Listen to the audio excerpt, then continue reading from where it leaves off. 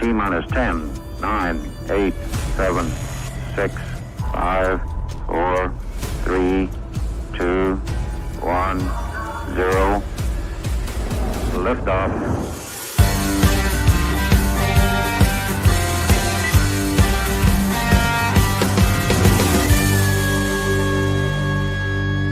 Shake it back! Does that feel good? Yeah! Yeah, baby! I feel good. It's so good. Welcome, Shake and Bakers, to episode 53 of the Shake and Bake Show with Purple Teeth. Got her hoodie on, already 2 bottles in. Lyle smoking around in the Jody Messina hospitality area, smoking eyeballs off, burning the scoreboard down Barnett. And Stevie fast, world traveling, feel like I've been up for 3 days, look like Forrest Gump Jackson. I got a bit of a lazy eye tonight, Lyle. Do what now? I got a bit of a lazy eye tonight when I smile, Lyle. You can call me by the wrong name. Yeah, you are Erica's sister. Anyone else puts that in the comments, I'll punch you in the teeth. Good evening, Shake and Bakers. What up? Let me see if I can get that. Lazy eyes a pair. Courtney's already sauced up, so we're going to go ahead and put the parental advisory warning up. Yeah. So if you guys were in the green room before the show, you would have heard that things are already heated. Yeah, it's Talks of wood chippers and things of sorts. It's fine. What is it now? 17. Oof. Sorry, we're back having the internet problems. If you're at Jody's internet place, you're going to have internet problems. It was seriously like 200 earlier. Anyway, Speaking of that, knock on wood. So far, this will be the first show in like 6 weeks where nobody has crashed into my telephone pole. Oh, you done spoke. Jody's shit got hit by an airplane. A tornado came in. So right now, we're doing pretty good. You've done spoke now. So And now we got all the kilobytes smoking. Lyle's all froze up and dropping out. But yeah. So what's been going on? What have you guys been up to? So our last show, we're actually in the midst of like the cerebral cortex of drag racing. I mean, like, we're can in I get a definition? meaning like it has to do with the portion of your brain, which all of the shit is happening. How do you know that? Did you use your name? Did they tell you that? because I went to school. Oh, okay. I love it. We have had radio racing, international racing, pro mod racing, top fuel racing, pro stock racing. We have more radio racing. We have World Series Pro Mod. We have Gainesville. We have all of this happening in 6 weeks. It's pretty crazy. It is. That's because do y'all remember once upon a time when like January was rolling into February and we were all refreshed and we were I like, was never refreshed. wait to get back to the racetrack. I was never refreshed. I used to be refreshed in January. Now we literally just had our Q1 meetings at Flow Racing today because Chili Bowl and Pro are over. So now we can start the year. It's a different time in the Winter Series, everything. It's a different time in racing. We're And busy. on radio racing, I'm having my lights out 9, no escape RVW. Oh, that's from 1942, Lights Out 9. That's so long ago. Yeah, back when you were about 26. Oh, Damn. It was after lunch today before I realized that it wasn't Monday. Hey, you know what? You know where I did that math, Courtney, and that cerebral part of my brain that you told me I knew nothing about. That was part of that. I wish I had I need a graphic of like when people do like the toothpaste thing and it's like ding, that for when you guys look at it. You know what I'm talking about. well, I bet Molly will find one. You know what I'm talking about where you're looking like ding. A little flash off the tooth. Yeah, a little flash off the tooth. All right, so let me see if I can find some graphics. We're gonna do some smoky. We got about 5,840 highs and lows tonight. Let's see which one y'all want. Who's going first? I feel like Lyle should go first because his happened right now.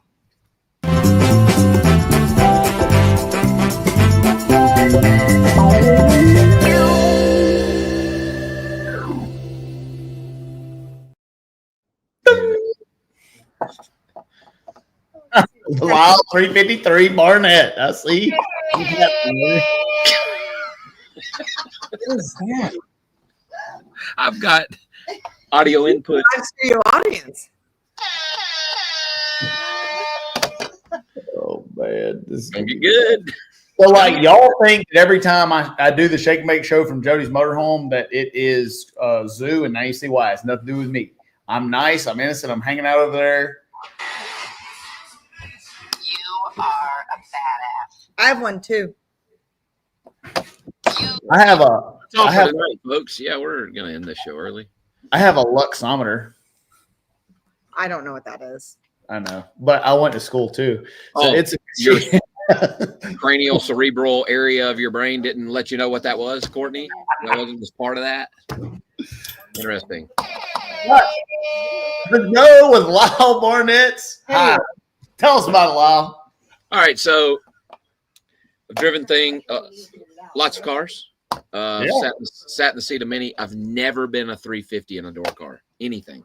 I've been 360 with a 0, been 360 with a 1, but never been a 50. And when Petty called me yesterday, I was like, you know what? There's a chance, but I didn't say anything. Well, then we made the first run. I was like, so how many are we going to make today? He was like, oh, one more, and I'm going to give it some ding-a-ling. And I'm like, listen, I've never been a 50, ever. And it would be very cool. It would mean a lot to me. It would mean a lot if I could check that off today. And by God, did we. And you called your shot because you said my high is about to happen. I did. Go ahead.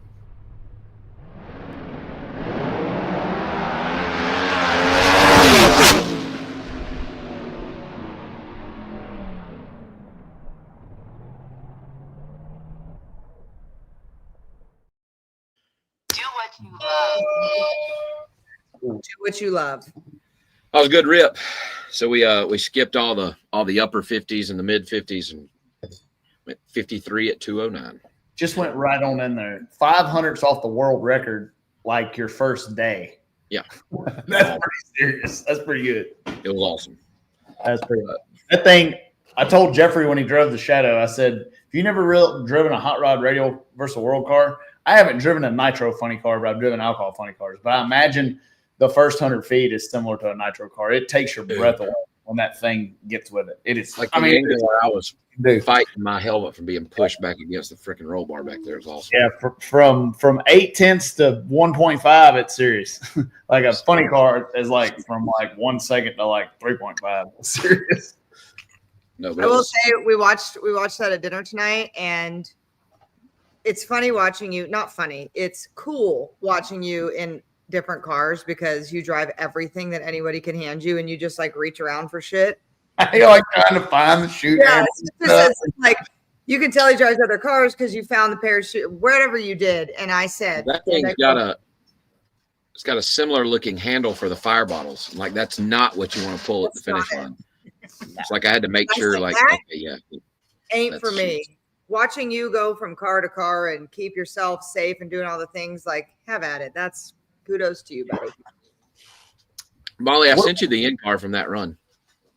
Is it too late? Oh, yeah, Molly. Let me see if I can find it. No, it's probably in there. It's just Let me see if I can smoke her down. 40,000 other things. There is more. We have more video content tonight. I'll get that up in a second. What do you got for your low? Milo? Yeah. I don't know what Molly. So we are also, while racing here, we're doing the MacFab beadlock deal. We have 30-ish sets of wheels to do while we're here. And Dad, I came early to do some testing today. Dad and the rest of the crew were on the way down somewhere near Brunswick, Georgia. My dad felt some funniness from the beadlock trailer. They pulled over and the main frame rail underneath the MacFab camper / shop broke in half. Oh, no. So there's a mobile welder there as we speak. I sent Molly a bunch of shit. I don't know if you can. She just said she couldn't load it in. Hey, connected but not connected. How you're low from last time? How is your family friend who had all the health stuff going on? Dude, so he's doing really, really good. They moved him from the neuro ICU near my house to a rehab facility in Charlotte. I can read you a little update today. I think he took 101 steps. Let's see. He's getting in and out of the car on his own. That's awesome. He's doing really, really good. He's got, man, I'm going to butcher the name, aphasia or something, that he knows what he wants to say, but his mouth doesn't say the right word. So they're working. It is aphasia? Yes. So they're working on that to match the word with his thought. But overall, considering the severity of the bleed, the dude's doing really, really good. And they are talking about a discharge date, like go home. So pretty cool. Good. Yep. So it looks like he's going home. Great news. Here's a video of your low.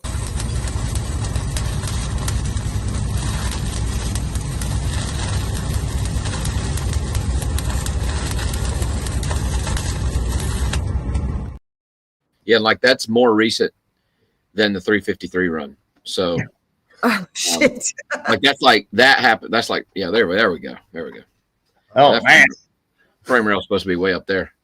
Oh, no. So but thanks to Yeah, good placement on the shirt. yes. Yeah, he's like, I'm going to wear this shirt and while I tighten you up over here. So big thanks, guys, because otherwise there'd be no beadlocks here at the Lights Out 16, and that would be very unfortunate. Damn, Gina, and I saw when I was typing up the Flow Racing articles that you guys sponsored a class. I don't even know what one we sponsored. One of the 275s or some shit like that. I knew I tapped in MacFab. So I was really hoping you would carry me on the info there. So good job. Look, man, we just write the check. Otherwise, it just goes wherever. Sick. Shake and bake, bringing the facts. So here's the thing about owning a small business for those of you that don't. You're always broke all the time. So you don't really care how you got broke or how broke you are or anything like that. You may buy $1 million worth of crap a month or $1,000 a month. It doesn't matter because you're just always broke. Yep. Yeah, I feel that way. I love the ones that say, hey, man, I'm going to do this. Can you cut me a deal? Like, No. yeah. Yeah. Bring me cash, won't charge you tax. How's that sound? Jesus Christ. All right. What do you got, C? My high and low were the same thing. Just kidding, kind of. My high was the pro race. Lots of cool stuff. I don't know what order you're going to put this. I dumped all kinds of shit to Molly. This is a high. To be in that photo, and the people in the comments definitely let me know that I did not belong here. I know. I'm aware. But we put on a really good show. If you watched it, it was very professional. It's as close to a TV show as the internet's going to give you. And it was a true honor to work with these fools. It was so cool to see Tommy Johnson Jr. out there. Oh, and we got to show that when TJ comes on later. That was a special moment for Brenna and I. We were so nervous at the opening ceremonies, and she killed it. But it was just really cool as I look back on it. We had a packed crowd. That moment right there, incredible. Like, this is my job. I get to raise a beer in the air from a beer company who's paying us to cheers these guys who just crushed it at one of the coolest races ever. And cheersing run caps is definitely a high point in anyone's career. But really cool weekend. I don't know why I get to do the cool things that I do. It was awesome. Had a blast, and I think we put on a good show, and it was a really cool weekend. One of those like once in a lifetime deals. If that never happens again, it's a high point. Always. Like I told you, I thought the show was, like you said, close to a TV show. And I told you that I thought you were having a career-making day. And I'm in it. I said your text to multiple people. Like, that you're a lot of doing people good. sent me a lot of notes, but what you said meant something. One, because if you don't mean it, you're not going to say it. For sure. And yeah, you texted me and said you're having a career-changing day, and that was really cool. So it was awesome. I had a blast. Just amazing. What a cool deal. Big thanks to everybody, Skag, who made that happen. That was a really cool deal. But we'll talk about that with TJ later. All right. I want to know if this next video is a high or a low for you. And if you could give some folks at home some context about I would like some context. What was happening and how did this come about? What video are you about?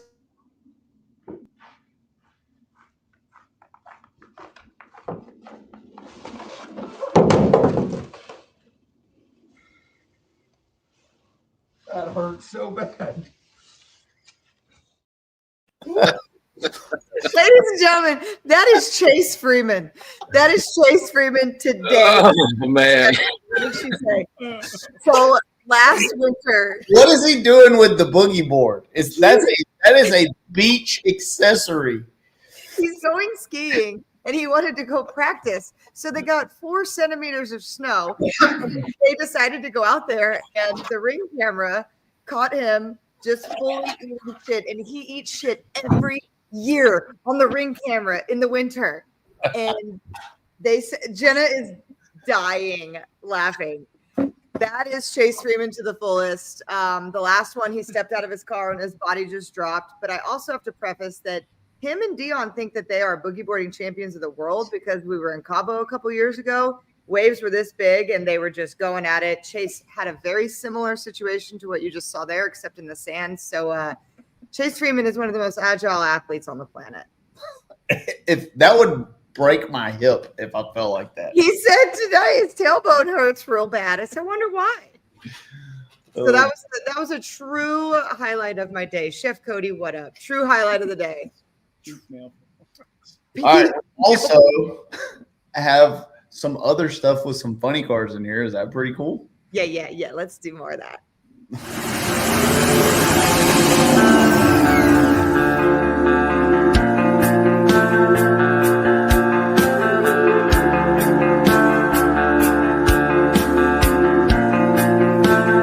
Spencer Hyde, I have done more than you in a funny car.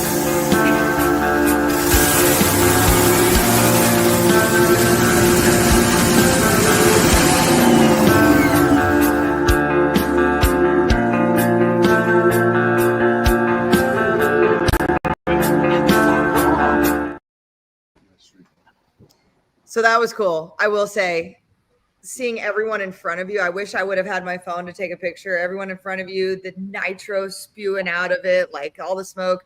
And then when the tires started rolling, you can't ever catch me driving a funny car. I can tell you that right now. From that moment, ain't happening. And this fool's crazy. But you will back one up. I will. I'm Courtney Enders. Last year I warmed up a Top Fuel dragster. We're stepping it up this year. I'm about to back up Ron Capps on the racetrack. I don't know what to get myself into. A little bit. Are you low or are you high? I hold it high.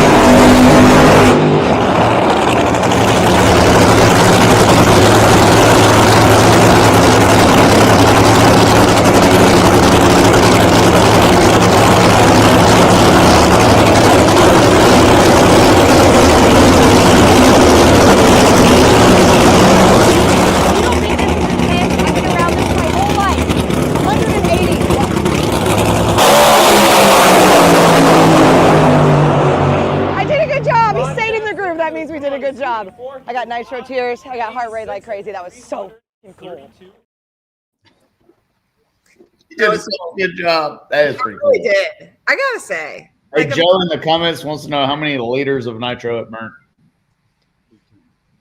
Use your cranial expertise there, Courtney. Fire it off.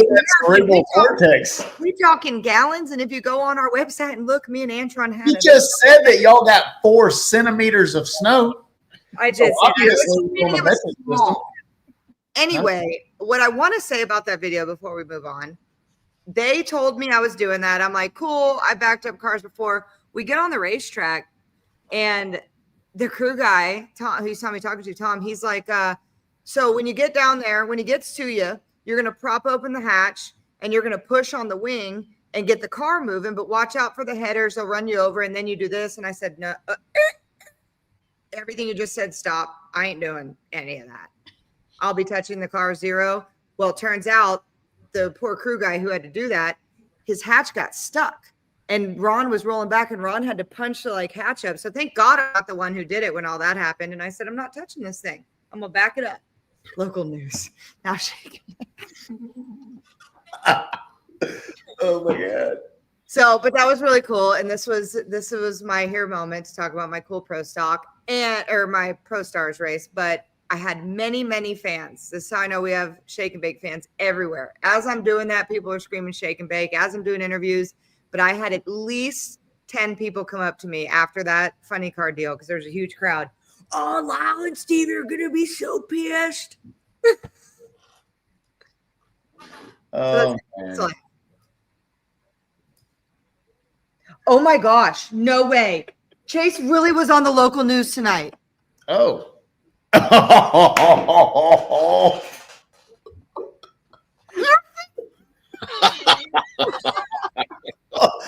want to know which one of y'all sent that into the news station. Jenna, for sure. You did that. One of y'all. Jenna, for sure. This is why I don't go out to bars with y'all, because somebody will put me on the internet. Oh my gosh. That is hilarious. Anyway, amazing. Chase Freeman, thank you so much. Kale, his brother, sent it. That's awesome. So anyway, those are my highs. Thank you for listening. Thank you for coming to my TikTok. All right, my highs. We got to get TJ on. So this was the first race in Brazil of 2025 racing season. It was KTR and Artavinco qualified number 1 and number 2, raced each other in the final, and the boss man won the race in the final with a badass side-by-side race. Controlando a empinada, fica Ricardinho, passa Sidney Frigo! No tempo de pista por 16 milésimos, a vitória do Grandão, a vitória de Sidney. The announcer gets fired up. But that was side-by-side, 74 to 75, 150-degree racetrack. Sydney was 006. Ricardo was 021 and went 75, and it was a good deal. My low was definitely Ricardo making it to his first final and losing. That's tough. Like before the race, he's like, "It's my day, I know." And he was very happy. But at the same time, when you see somebody get to their first final, you're kind of pulling for them. And then after that, we tore some stuff up.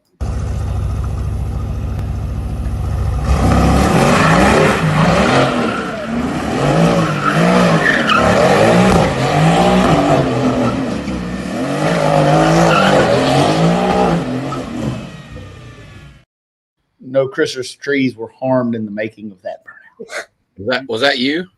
I'm not going to talk about it. I have the FBI will be watching me. I was going to talk about something with the FBI, but I'll tell y'all offset later. Ooh, After Dark. After Dark. We should charge like $2 subscription for the After Dark before and after. Yeah, honestly, like we should charge $1 for the pre-show, and then like Lyle says no. $1? 100 at least. Y'all were on here before the show and watched. There's enough incriminating evidence to put all y'all in jail. It's true. Before we get to TJ, I do have to say I did have another high that I forgot about that I forgot to send Molly is that I'm going to be able to work with the NHRA this year on some pro mod and some sportsman and some pro stuff.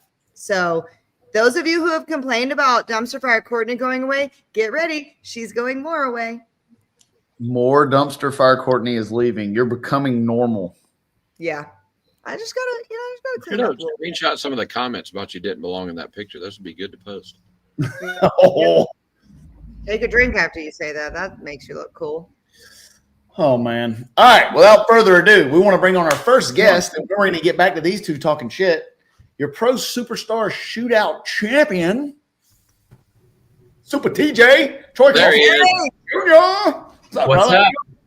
What are you doing, Teacher? Just hanging out here in lovely, cold Ohio and just having a brew and hanging out. Cheers, buddy. Cheers to you, Pro Superstar Shootout champion of the world. Bam. All right. So I want to ask the first question. First of all, like I know in a pro mod, when what happens in the final happened, we'll get all the way to there. Like, what happens in a pro stock car when that thing pops out of gear and you're a sitting duck and the other person's still there with you? Like, do you have a heart attack? No, you just try and jam that thing back in gear and floor it. I mean, you're going to tear stuff up regardless. Especially in a final, you want to get it all. So yeah, you're just focused on jamming it in gear and decking it again and making the engine guys cringe because we probably hurt some valve springs, some clutch pieces. What gear did you get it in? Third. So everyone besides you is like, oh no. And you're like, oh, I don't give a shit. Like, get it in there. I saw him go red pretty much when I let the clutch out. I could see our wind light flashing. I'm like, right. I did not see that. I didn't either. I'm like, go. Me too. we had no luck last year towards the end of the year, and we had pretty much luck every round in this race. So I mean, we were pretty lucky to get where we got. That's for sure. I told you this the other day, and I'm going to say it again in front of everyone. You say you got lucky. When I said congratulations, I'm so excited.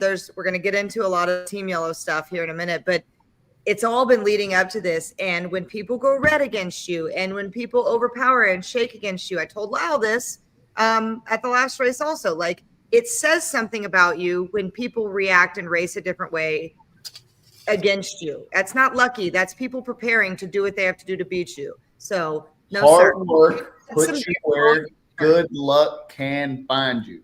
Period. Absolutely. Great preparation. I mean, that's the guys on the yellow car and everybody at Elite. They make great choices and they're prepared. We have a great race car going into Q1, and that's how it works. Riddle me this, TJ. If he wouldn't have gone red and all that happens, just settle the debate here in the comments. Like Richard Freeman, tear it up or don't tear it up to win. You got to get there, okay? You jam that back in gear and you get to the finish line. First. Oh, damn it. That's a good impression right there. I've heard it a lot. I might have been yelled at a time or two. That's the way it goes. At all costs, win, right? Deck it.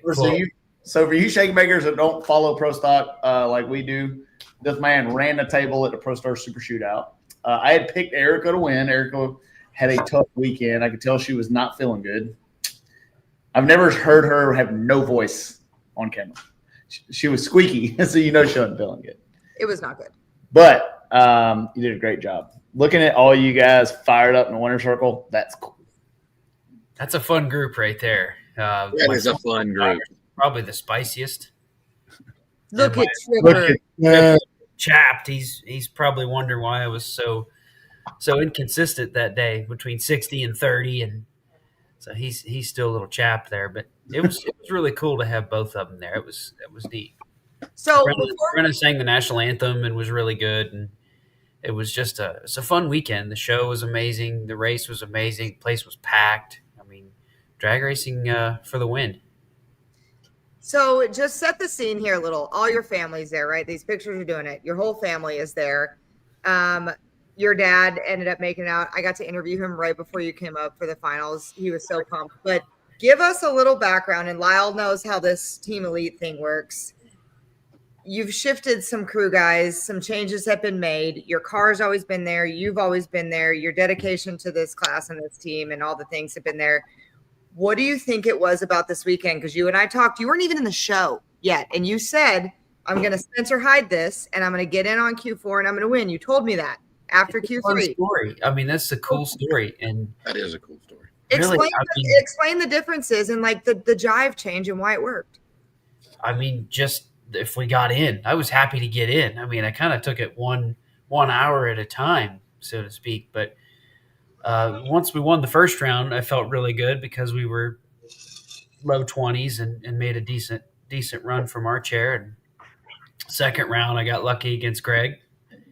He had to break something. And I'm happy. Believe me, I thanked him. I appreciated it. Semis, I was stone late and got there a couple thou. I just knew that if we got in, we were going to win in some way, shape, or form. When magic works, it works. It's like Stevie told me when I won my first national event. It was either after E1 or E2. Stevie came over to me and he was like, "You can't be stopped today. It's just your day." That's it. Just when it is. When it is, it is. And I was like, you can roll to the water box. You can roll into the water box and know that you can't be beat. It's tough to look back. That's for certain. It just takes a little bit of confidence. But before I want Stevie to play this video here in a minute, either one, I don't know which one, both of them we're going to play, but the guys, and I told our videographer Hayden, and I told my guy at Flow, if you win, watch the guys. Like, forget the car, watch the guys, because this is a collective group of people like Kelly Murphy, who's been pissed off since he was fucking born, right? Yeah. You got Alex Laney, who's new from another car on our team over here, fresh new start. You know, you've got Stephen Hurley, the Godfather, that's back. You've got just a combination. Kyle Bates doing his thing. Chase Freeman stepping up when it comes to Mark Ingersoll and Jake Harrison not being there. There was a different kind of magic. And when I say watch the guys, the first thing out of your mouth when you won that was, this was for my guys. This was for Team Yellow. Oh, absolutely. I mean, it's just such a tight-knit family, really all the cars in combination. I think that's fun. That's kind of how I grew up. Drag racing was with my family. We went raced all together in a motorhome, and somebody won each week. So that's pretty much how it is. So it's normal to me, but it's definitely got a majestic feel to it. You kind of have to be there to really feel it. It's hard to portray that with words on a show or in front of a camera, but you got to come. Let's play one of those videos, Stevie. He is going to have to step up, in my opinion, because it seems like Corey and that team just aren't really making any mistakes right now. Talked a lot about the family history of Troy Coughlin, but let's not forget Corey Reed has spent his entire life out here at the drag strip as well. His mom, Annie Whiteley, from the Sportsman ranks, top alcohol racer. This is certainly a dream of his as well.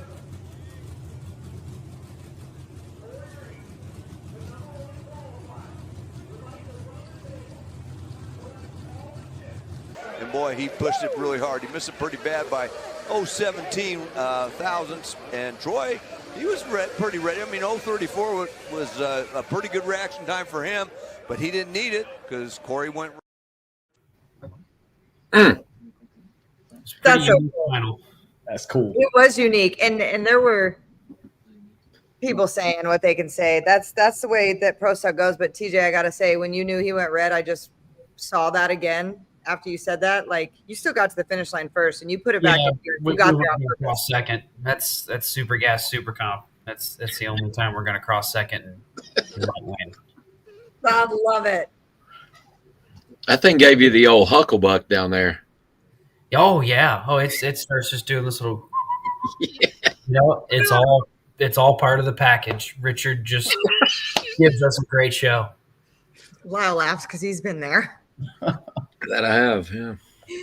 I think the other video is the one that gets his crew guys going crazy.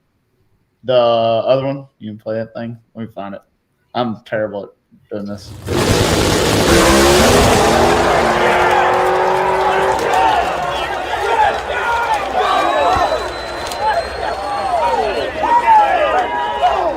In the winner's circle, the Skag Power Equipment Pro Superstar Shootout, your Pro Stock winner. It feels so good to say Troy Coughlin Jr. This one has been a long time coming, and I know through the trials and tribulations that Team Yellow has been through, this means more than people can ever imagine. Gosh, it means a ton.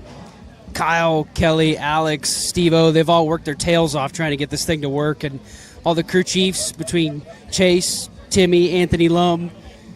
I know I'm missing somebody. There's so many of us. That's what makes us such a wonderful family.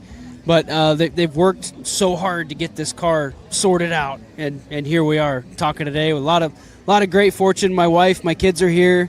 The sport of drag racing is live and well, thanks to Flow Sports. I mean, you can't get better coverage than that. This is so cool. You got to subscribe, and you got to watch racing, all types. This ain't about us. This is about you. I'm looking over your shoulder right now. Your brand new baby boy, Trip, as we call him. He's the third. We're going to call him Trip. His first drag race gets to witness your first win and your daughter, Aubrey. This is full circle moment. Coughlin families, multi-generational. You can't count the amount of Coughlins here. The love is real. The love is definitely real between the Freemans and the Coughlins and everybody. It's awesome. You have to come see it, come hang out, come meet everybody. You know, there's nothing like fan interaction, and that's what drag racing has to offer. So let's go. Listen, TJ, you're always humble, but I'm going to brag you up here. You are the Lone Ranger, the champion of the Pro Superstar Shootout. Go enjoy it with your boys. Congratulations. I'm so happy for you. What an honor. My father, Troy Sr. is here as well. My sister, Paige, her fiance, Johnny. I mean, we're really going to enjoy this one. This is huge. Give us one more time, JEGS. JEGS. Call or click. Let's go.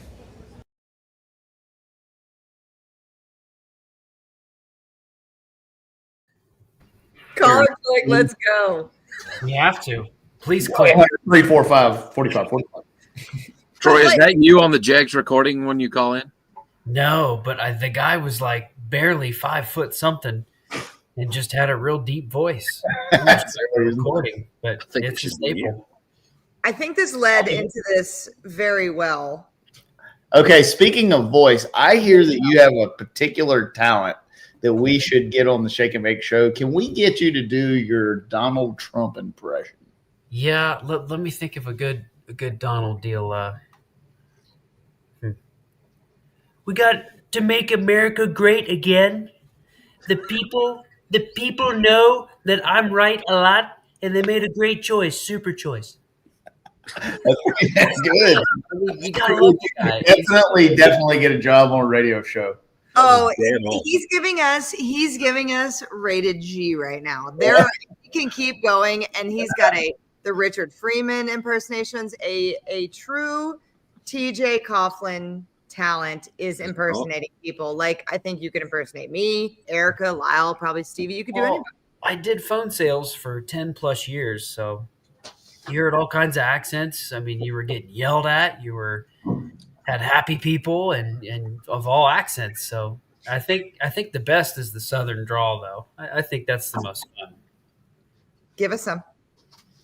Well, somebody'd call in and be like, I need to get me a 3/4 cam, and I want it shipped today for free. Free. We're going to argue, and I'm going, it's already shipped for free. Free shipping. You just pay the cost. And that's free.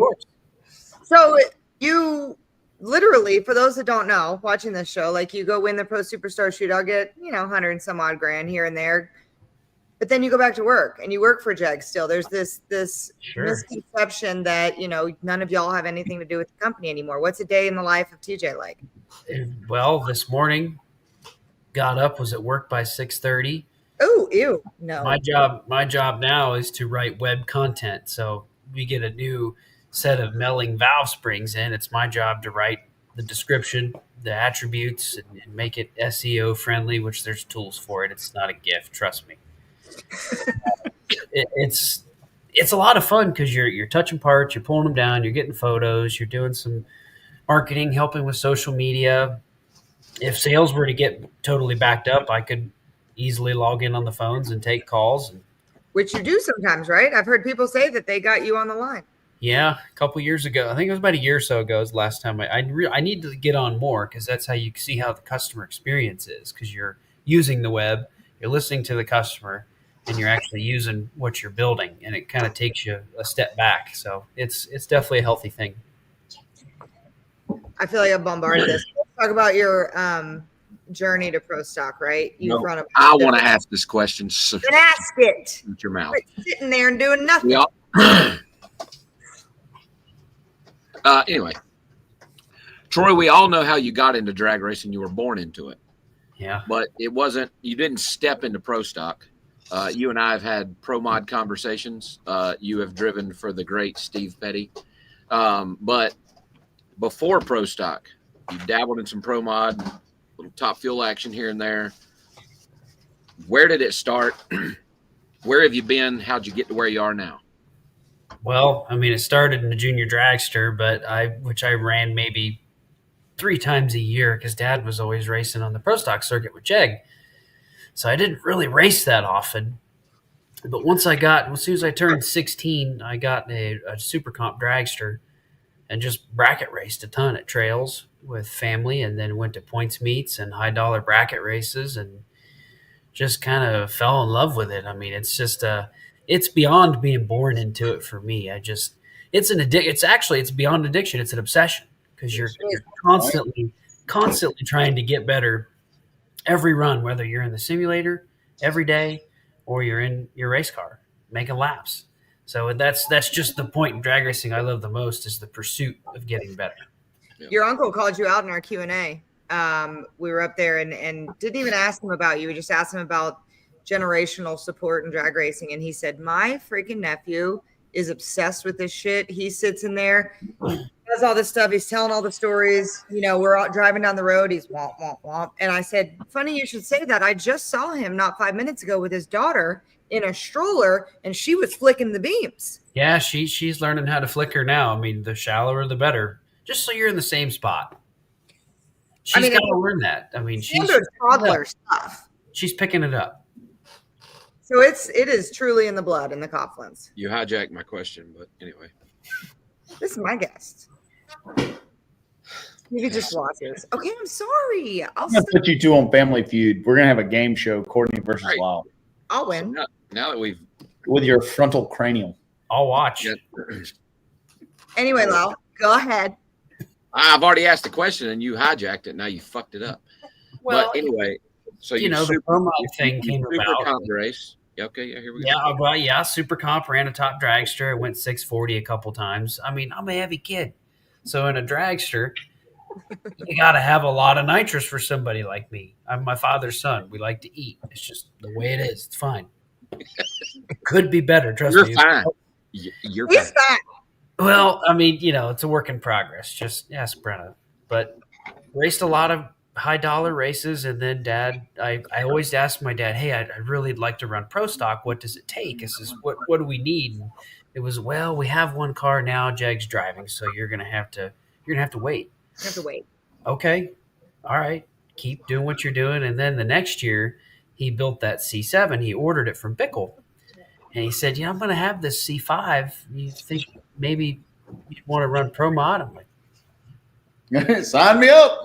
Sure. I haven't driven a door car yet. The only thing close I've driven is a super gas roadster, and that's really not close. But just made runs and really liked it. I remember he said, you know, son, and my dad's really calm. He says, you're probably going to throw rocks at that pro stock car when you run this boosted turbocharged car. I'm like, okay. And it was like the third or fourth attempt. I went like 595 at 240 something. And I'm like, whoa, the way the thing picked up the front left at about 200 feet. I'm like, okay, I see what he says. Boost is a wonderful thing. It's an addiction. It is. It will ruin your life. I can't imagine a blower. I never drove a blower or a nitrous car. The car seems aggressive. It can get a lot quite like a turbo car quarter mile. I'll be honest. No, I haven't driven a quarter mile, but I imagine it's pretty awesome. And I've only driven the dumb ones, the NHRA legal ones. Like I haven't an outlaw turbo car. You need to go to the Streetcar Nationals in Vegas and uncork it, put like the 102s on it or something. I have a helmet and will sit in anything. Has helmet will go. Yep. The phone number you can call to get a hold of me is on the screen there. I see that. 844-357-5502 for all your pro mod driving needs. I will show up anywhere, anytime. The KTR horsepower hotline. So I was leafing your social media, Stevie, was cool. You had something called, was it the dumbass board or something? The deadbeat corner. Dude, that's awesome. You need deadbeat corner. Because the board in the shop's what he's talking about, where y'all check off. The stupidity, the stupometer. Yeah, you got to have a stupometer in the shop. So that's I call it the stupometer. I call it the stupometer. Yeah. Honesty's key. I love it. Yeah, you got to flag yourself. I'll be honest. Courtney would run out of hash marks. We'd just be putting like to the power of above her name. Can your cerebral? Yeah, that one. We're talking exponents now. So big word. Let's roll through. Since you brought up the stupometer, let me get to my media assets here.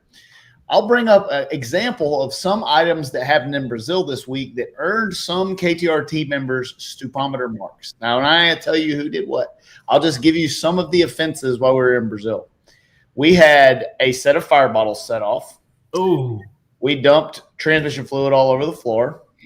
We did a burnout without a throttle stop installed. But you didn't hit a tree. Slammed a team member's head in the trunk of a car and opened up his skull. Let's see what else happened. What the we had a lot of fun over there, but those are just examples of what stupometer can get. I don't know why Molly loaded my rental car up in there. Hey, so true story. I tried to get in this thing. There's not enough suspension or seat for my butt, but I was going to do a video driving that around. That's for Ricardo's kid. But I could not. I was close, but I got to lose some LBs or an appendix. Well, I'm definitely out. Is what you're saying. I'm not squeezing in there. Damn. So at KTR, we have a cash prize for whoever wins with the least amount of stupometer marks for the end of the year. So toward right now, it's not that big a deal. Toward the fall, things can get heated. Who's And every decision matters. Who's leading with the least amount? Probably Phil, because it's really hard to flag Phil on one. I haven't went out there today, but Phil's probably winning. Probably. Which Phil's this? Phil Schuler. Oh yeah, you're not going to get him. It's really hard to get a stupidity mark on Phil. He's a genius. He's pretty smart. Borderline genius for sure. So while we have TJ on here, I want to talk about the rest of Pro so we can move on once we knock him off. But TJ, you and I were fans of drag racing, right? You're more so engulfed in it, but I'm a fan. You're a participant. I'm a fan. When you win with somebody like Ron Capps and you get to win alongside of a first-time winner ever in the history of their entire career, that matters. We talk about this before you go up on the stage in NHRA. It matters who you win with, matters where you stand, all the things. Where did a race like that stand with what happened in the other classes? It was just surreal. I mean, it's a race put together by racers that believe in the sport. And to win with Ron Capps, I mean, I've been watching Ron Capps since I was born. I mean, heck, mid to late 90s, he was just starting. I remember him in the dragster. Just surreal. I've seen Jeg win with all these guys so often, and it's still somewhat normal because I've been around it most of my life. But to actually be in the moment and living within the 6 inches in front of your face was pretty awesome. That picture on stage that Stevie showed earlier during my highs and lows, where it's us like cheersing to the sky.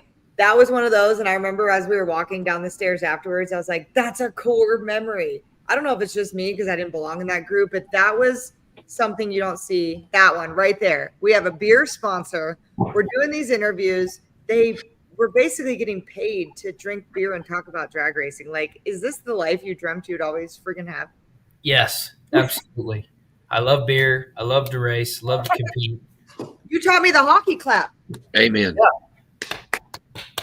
Speaking of hockey. You got to have – speaking of hockey. TJ's good for this. Let's have it. Let's move on.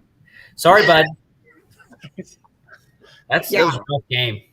That was serious. That's what we're dealing with here in Canada right now.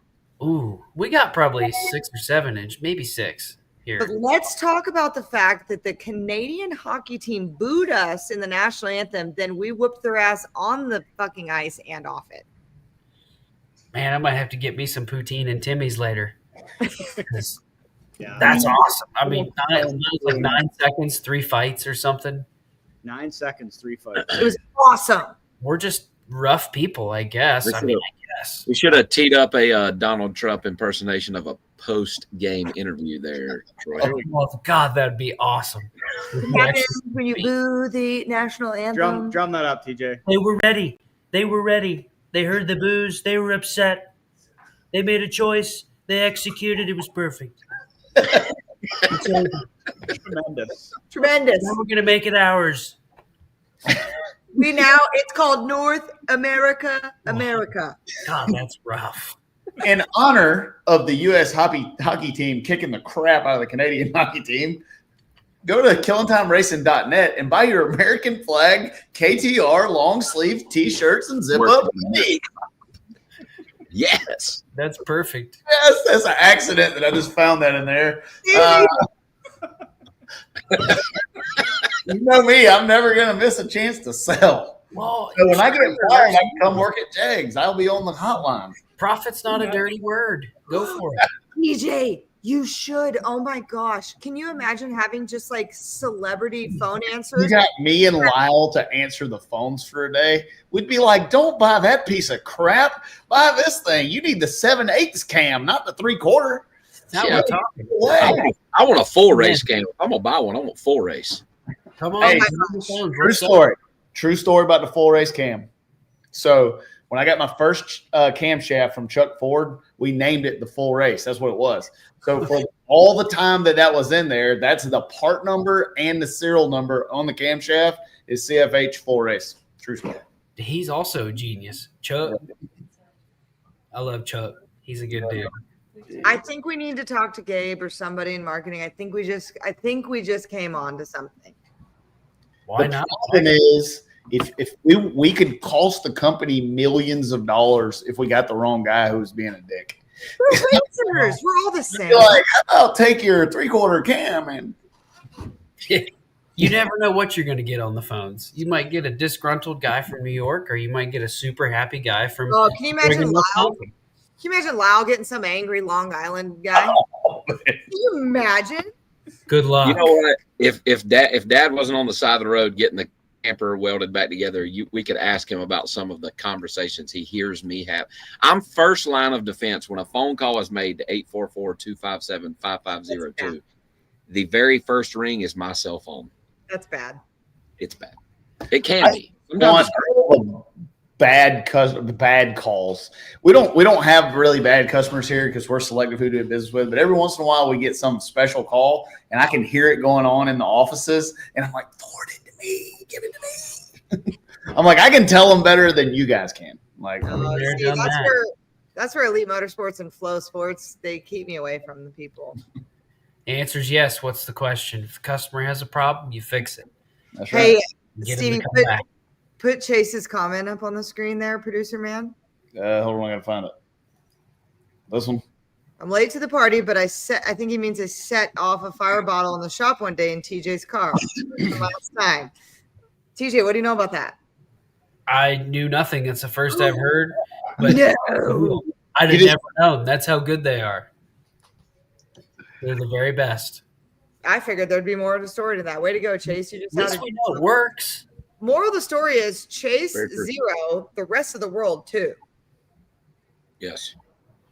See, this is the type of customer call that I'm talking about that I normally field at KTR.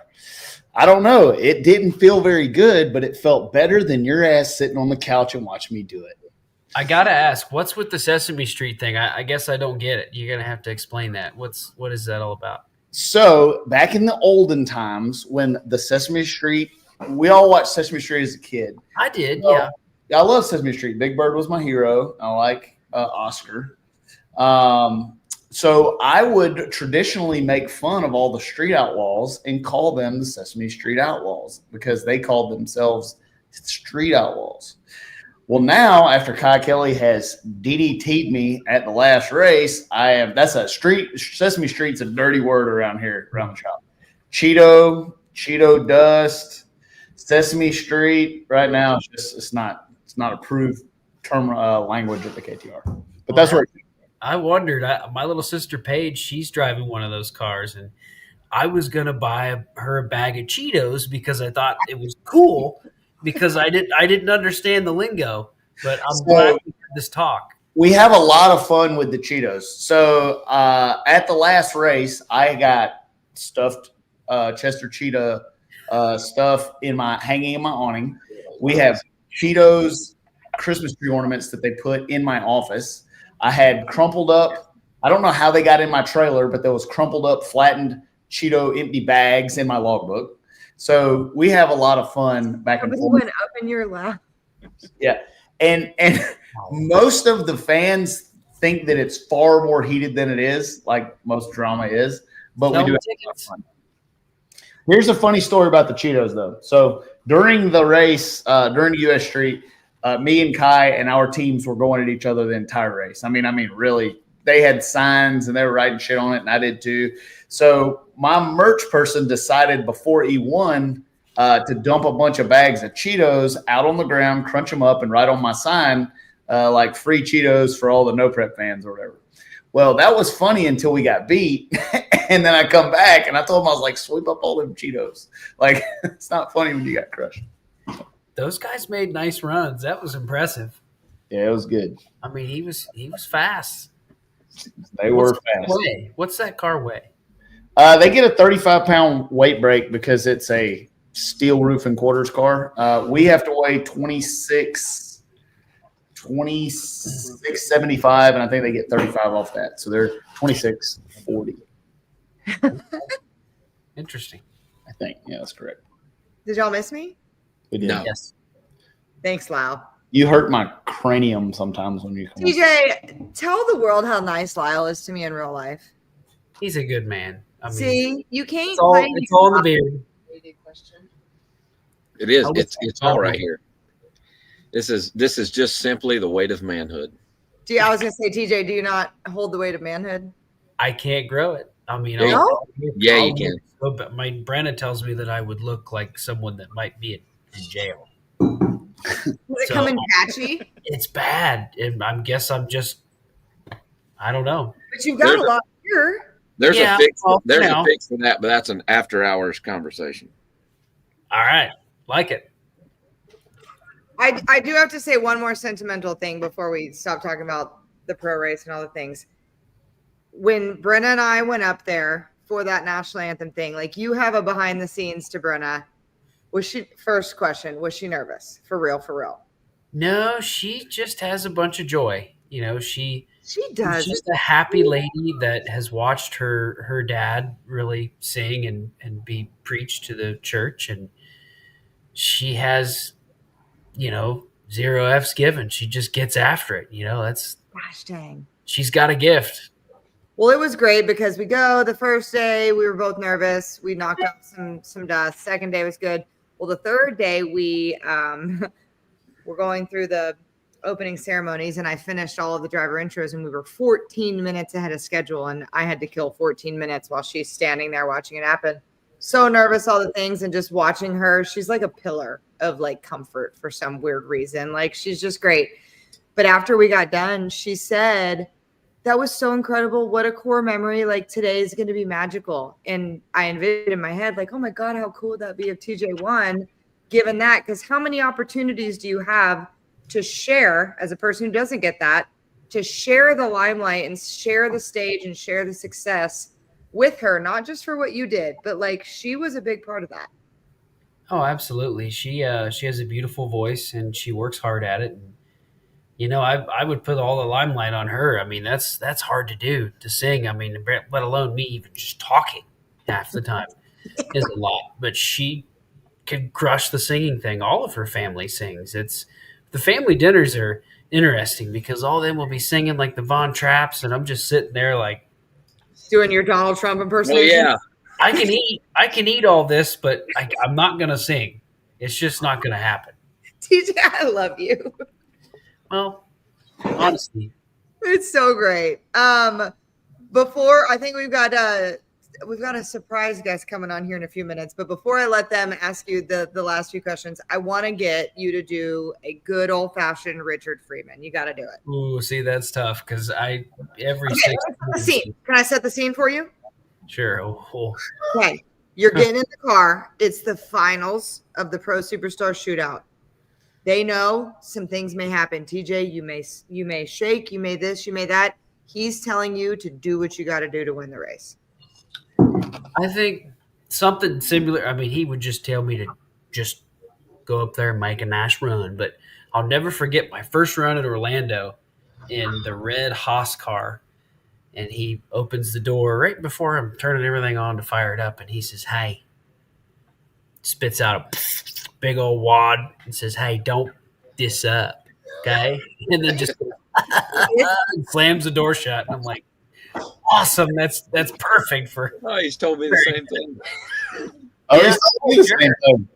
He's told me the same thing. He's been walking in the staging lanes, and we're getting ready to run a final in NHRA race, and said that same thing. None of his business has to do with his dad was worse. His dad was worse. He would say, oh man, when Richard was driving Pro Stock, he'd say, Richard's driving, so sorry. I'm like, oh man, let's just be honest today. Pops was a lot of fun. He was the coolest. The first year I ever ran NHRA Pro Mod in Atlanta, I got 2 all-down penalties in the same race. We had a Wiggins clamp fell in the burnout box. It emptied every bit of it on the start line. It was a massive cleanup, shut the race down for an hour or more. And I was told this because I was in the car, and when it spit the oil line off of it and shit was everywhere, he just turned, this is Grandpa.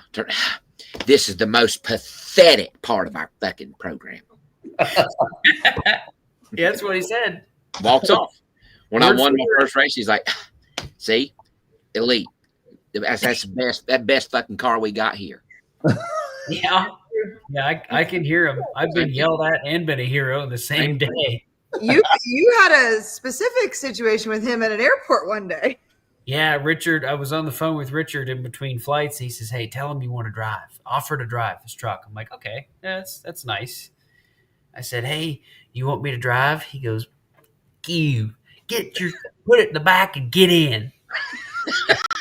Pick him up at the airport, offered to drive for the video. 85-year-old man. I got a video of it. I'll have to send it to you. It's worth it. It's pretty good.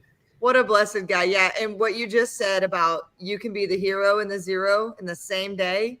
For him, Erica got beat on a hole shot one day.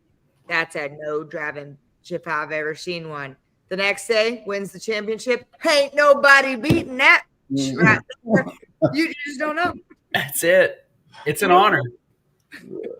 To get yelled at by him was an honor. What a guy. What a freaking guy. So we clearly, if y'all have real questions, but we clearly have the lingering question. Hallelujah. I'm going to let Lyle ask it because he's going to screw all this up. So, like he normally does. He's trying to bait you the way he wants to go. I'm just going to let it. Send it. I've heard them all. All right. So, like, you're on your deathbed. You're on your deathbed. You're locked in prison. You're about to go to the electric chair. And you're about to get your last meal, and it's a big old steamy plate of fajitas. And I want to know, when you go to a Mexican restaurant, do you love or hate fajitas? I do fajitas. I just do them different. You got to realize I'm from the Mid-Atlantic, so it's just kind of dull. I just get a skillet of chicken and put a little bit of cheese on top, maybe a little bit of rice, and yeah, I get after that. I mean, look, yeah, I get after it. Lyle, go ahead and pitch it the way you want to pitch it. That's a yes for everyone. He said all I need to hear. What Lyle doesn't like is the display, the steam, the shit. You know from our conversations with Blake. But this is the man who has the biggest, coolest beard on the planet because of the display. It's a metaphoric fajita steam if I've ever seen one. Your beard is a metaphorical fajita. It is not. It's not. It's not. I don't like pepper it up before I come out of the kitchen or anything like that. Like it's like this all the time. You set a plate of steaming fajitas on the table. In just a couple minutes, all that steamy bullshit goes away, and it's just a plate of food. This beard's the same all the time. This on a shirt. It's gonna be the back of our next shirt, Lyle. Send it. I mean, if your steam goes away in 2 minutes, you're at the wrong restaurant. I mean, I'm going to Mexico. I like seeing elongated steam, Lyle. I'll send you a steam shot. I mean, it gets nasty. Purposeful steam, flowing, a sauna of fajitas. You got to smell it. So before today, Lyle Barnett was a fan of Troy Coughlin Jr. Now you're going to talk shit about you for the next 2 years. That's okay. Internet journey. Don't bring Jody into this. Jody didn't do nothing but prepare. This internet's acting a lot like a plate of steamy fajitas. Well, you have a facial fajita. I gotta show before we let TJ go. I gotta show this. I just got this sent to me by Katie.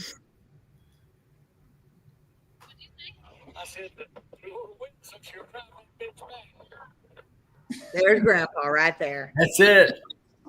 The way of life. Grandpa. Awesome. Well, man, we really appreciate you coming on the show. Tell us about your new apparel line.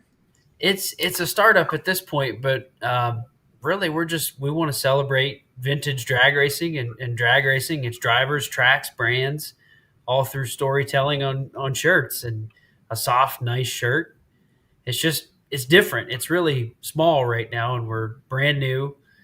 And we don't have as much stuff up there, but we will because we're going to do a vintage pro stock line. We're going to celebrate guys like Lee Shepard, Bob Glidden, Gavin Roush, and just make a cool homage-like shirt that is comfy, and it's something you got to have. You got to have the whole collection.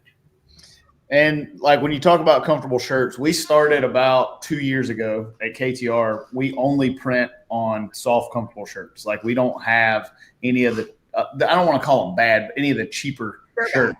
Like a thick Gildan? Right, yeah, we don't do that. And we print on a district.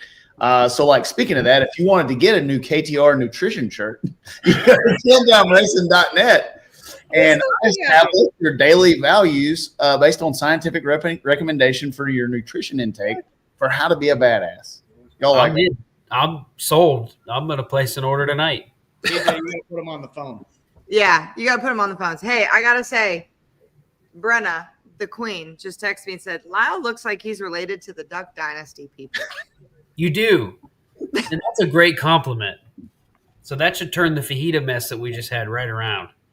We can turn this fajita ship around. I bet those boys don't eat fajitas. Yes, they do. You might be right. I mean, that's probably a lot of duck. Give zero fucks. That's a lot of beard smell. Yeah, I'm sure they eat ducks quite often. I mean, yeah, ducks are huge. They got the anyway, God bless Brenna for that comment right there. She's the best. I love it. Man, I'm so glad you've got to come on the Shake and Bake show tonight, TJ. I'm absolutely honored. Believe me. Give us a good old fashioned Midwest clap. So in Columbus, we don't do hockey. It's football. I mean, we're the Ohio State University. Oh, that kind of football, yes. So, yeah, well, like the Browns, no, it's okay. Bad. It's just a sad deal. But being here in Columbus, it's all about Buckeye football. Y'all had a phenomenal season this year. Yeah, we didn't beat the team up north, but, we'll have another shot at them next year. But you're the champ, so who cares? There ain't no room on the scoreboard for Hal. That's the truth. But ain't no room. It's fun to beat the SEC teams. I enjoy that a lot. I do not enjoy it. I never enjoyed that. That was a terrible, terrible situation. But you got basketball covered now, so. I don't even watch it. They could cancel basketball, and it would be a decade before I even knew about it. They'd be like, "Are you going to the game?"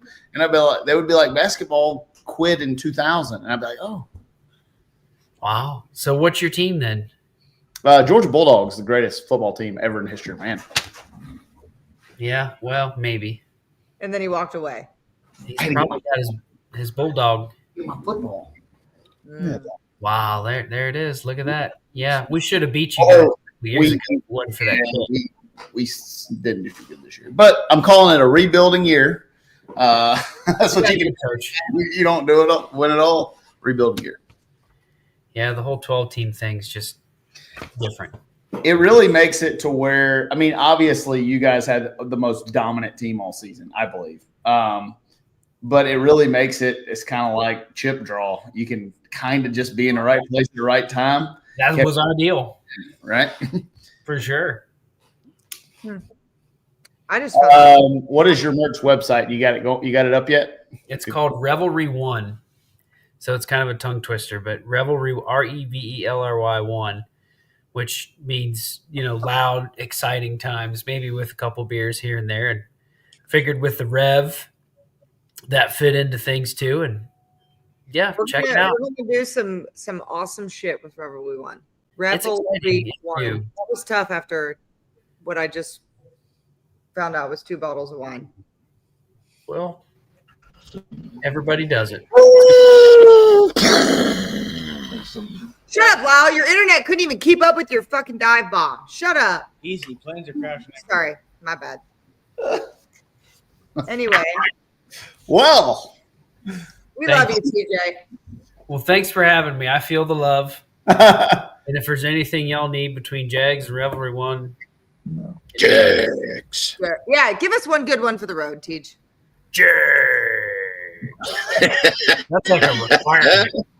I love you. All right, brother. Thank you for coming on. Thanks, TJ. I look forward to watching you smoke the tires down through there in a couple weeks in Gainesville. Bring it on. Let's go. Let's go. Thanks for coming, buddy. Congrats. Great guest. Listen, that is, if you get him off cancer and away from people and a camera, one of the funniest, realest dudes ever.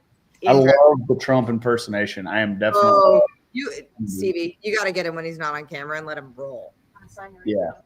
It's real good when he rolls. So we're putting together an all-star shake and bake deal. So, we're going to have kind of like Jody's drunken fiesta party that happened by accident a month or two ago. We're going to, he might be for the. Oh, Lyle's still No, biking. Tej is great. One of the smartest, most passionate dudes in drag racing that I know. Cool. All right. So everyone keeps asking about this. So before we get our next guest on, let's talk about what I thought was one of the funniest, most awesome things I saw on the internet this week. Oh, yeah. Interview at Daytona. Yep. Well, I was having the best day of my life. Ripping around Daytona like a bald eagle. I was flat out, you know, avoided a wreck, which was awesome. I thought I was the best driver to ever exist in that moment. And it's probably because my sleeves were cut off that I was able to pull off that maneuver, come down pit road. Then someone slammed into my rear left quarter, spun me out, lived through that, got some fresh tires, went back out there. I'm hot dogging into 1 and 2, and the car lost it in front of me. I saw it, didn't have enough brakes to get slowed down before it, and tried to go around it, misread it, zigged instead of zagged when I should have zagged, and I zigged, and bam, blew the front end right off my hot rod. I hate that for you. Before we came to this interview, you were watching that jet taking off. Have you ever seen anything like that? You seemed pretty impressed by it when you were just standing here. Yeah, I'm the pilot of Consuela. You know what I mean? I got basically the baddest aircraft in the country, but that F-16 is pretty cool.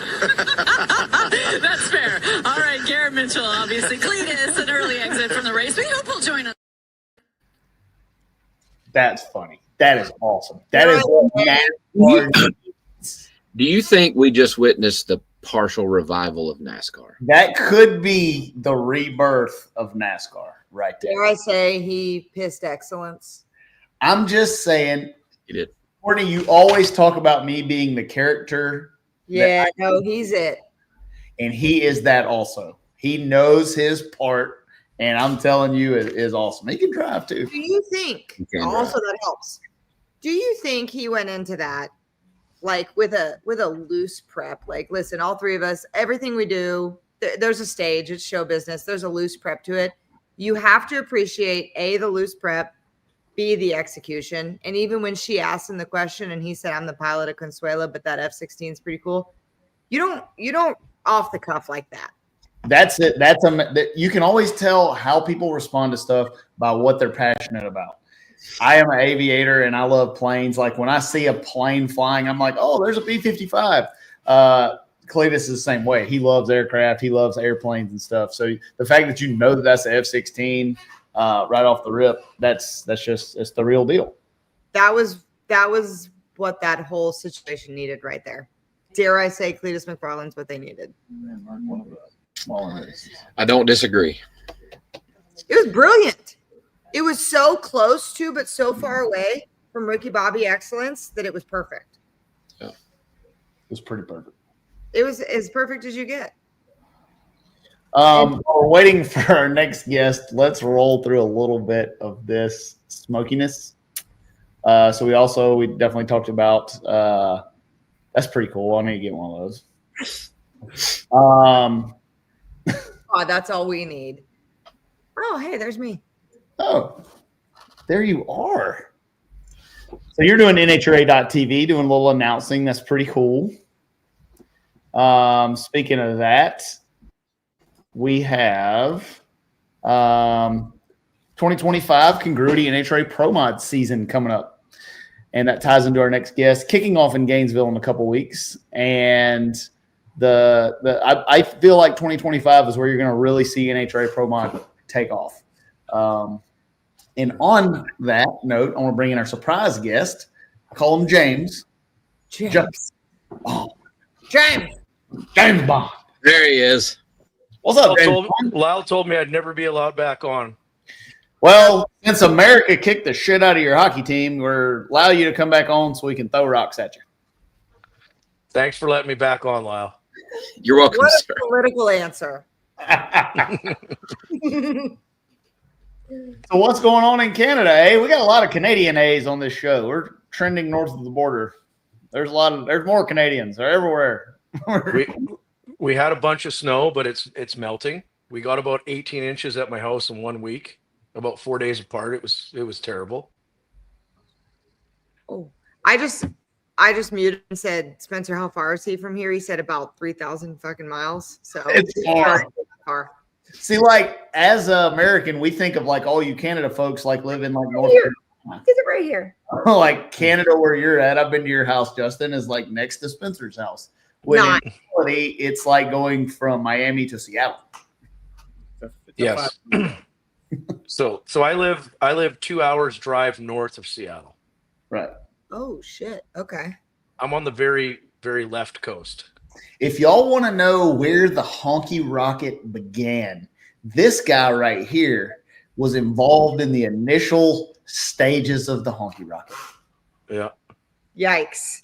I think you told me not to buy it. I did. And here we are. On that thing. Yeah. Anybody on your Lyle? Have you been in that rat trap? Yeah, he flew in there with me. I did from Indy to Chicago. And how was it? 18 minutes to get from Indy to Chicago. What wasn't? I mean, the flight was fine and everything, but when he like opens the door and it says experimental aircraft, I was like, I have fucked up. Yeah. This is not where I belong. But I got in there anyway. That was no problem. It was good. It was fun. Rocket, she's a nice lady.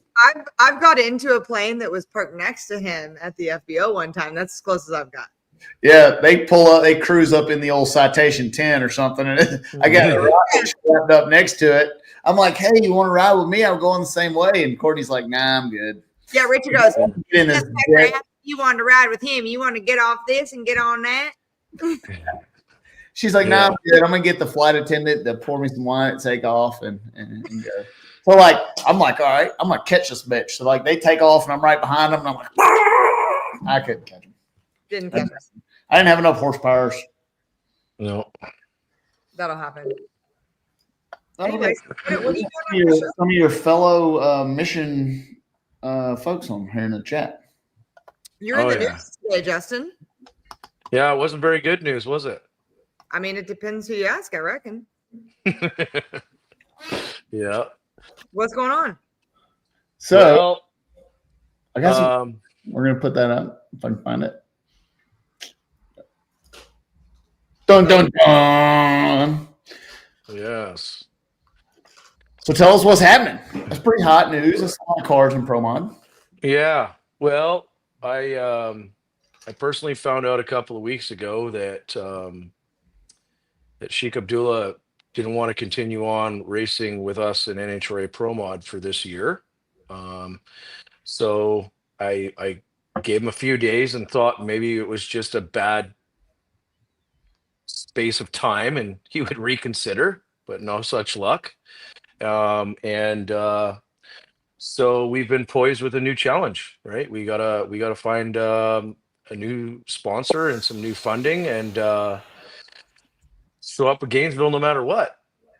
That's kind of the challenge that's put in front of us.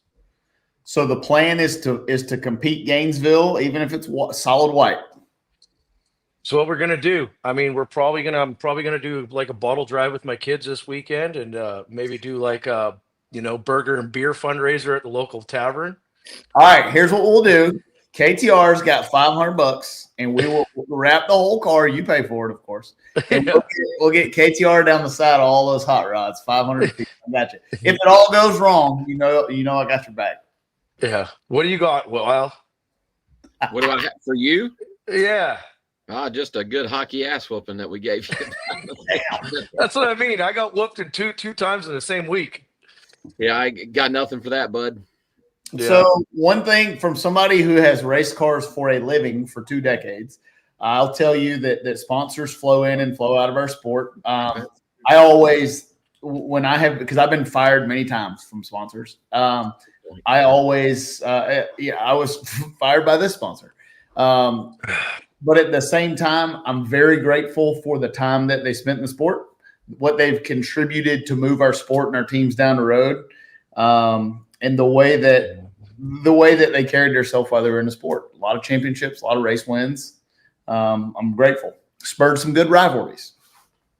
Yeah, and to that point, I think that I would like to go on record and say it was really an honor to race with those people. The Sheik, Khalil, Ibrahim, all the guys back in Bahrain. the operator of the track, Adel, all of our friends over there, they're still our friends. I mean, it's just business, and then as I told the Sheik, business is business, and it's okay. The timing sucks, but it's okay. And I don't feel that it's a closed door. I just feel like it's just a thing that it's going to happen.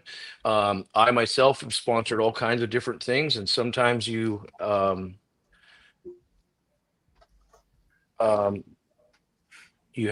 to stop. Things happen. Life happens, and you know, it just is what it is. It's just another obstacle put in front of us that we will adapt and overcome some way, somehow. Phil Schuler always says, because I'm always trying to hire Phil all the time. Like, Phil always, every time he calls and complains about work, I'm like, Phil always got work at KTR. And his first thing he always says is, I wasn't looking for a job when I found this one. And so, like, what I mean by that is a lot of times a closed window is an open door. Yeah.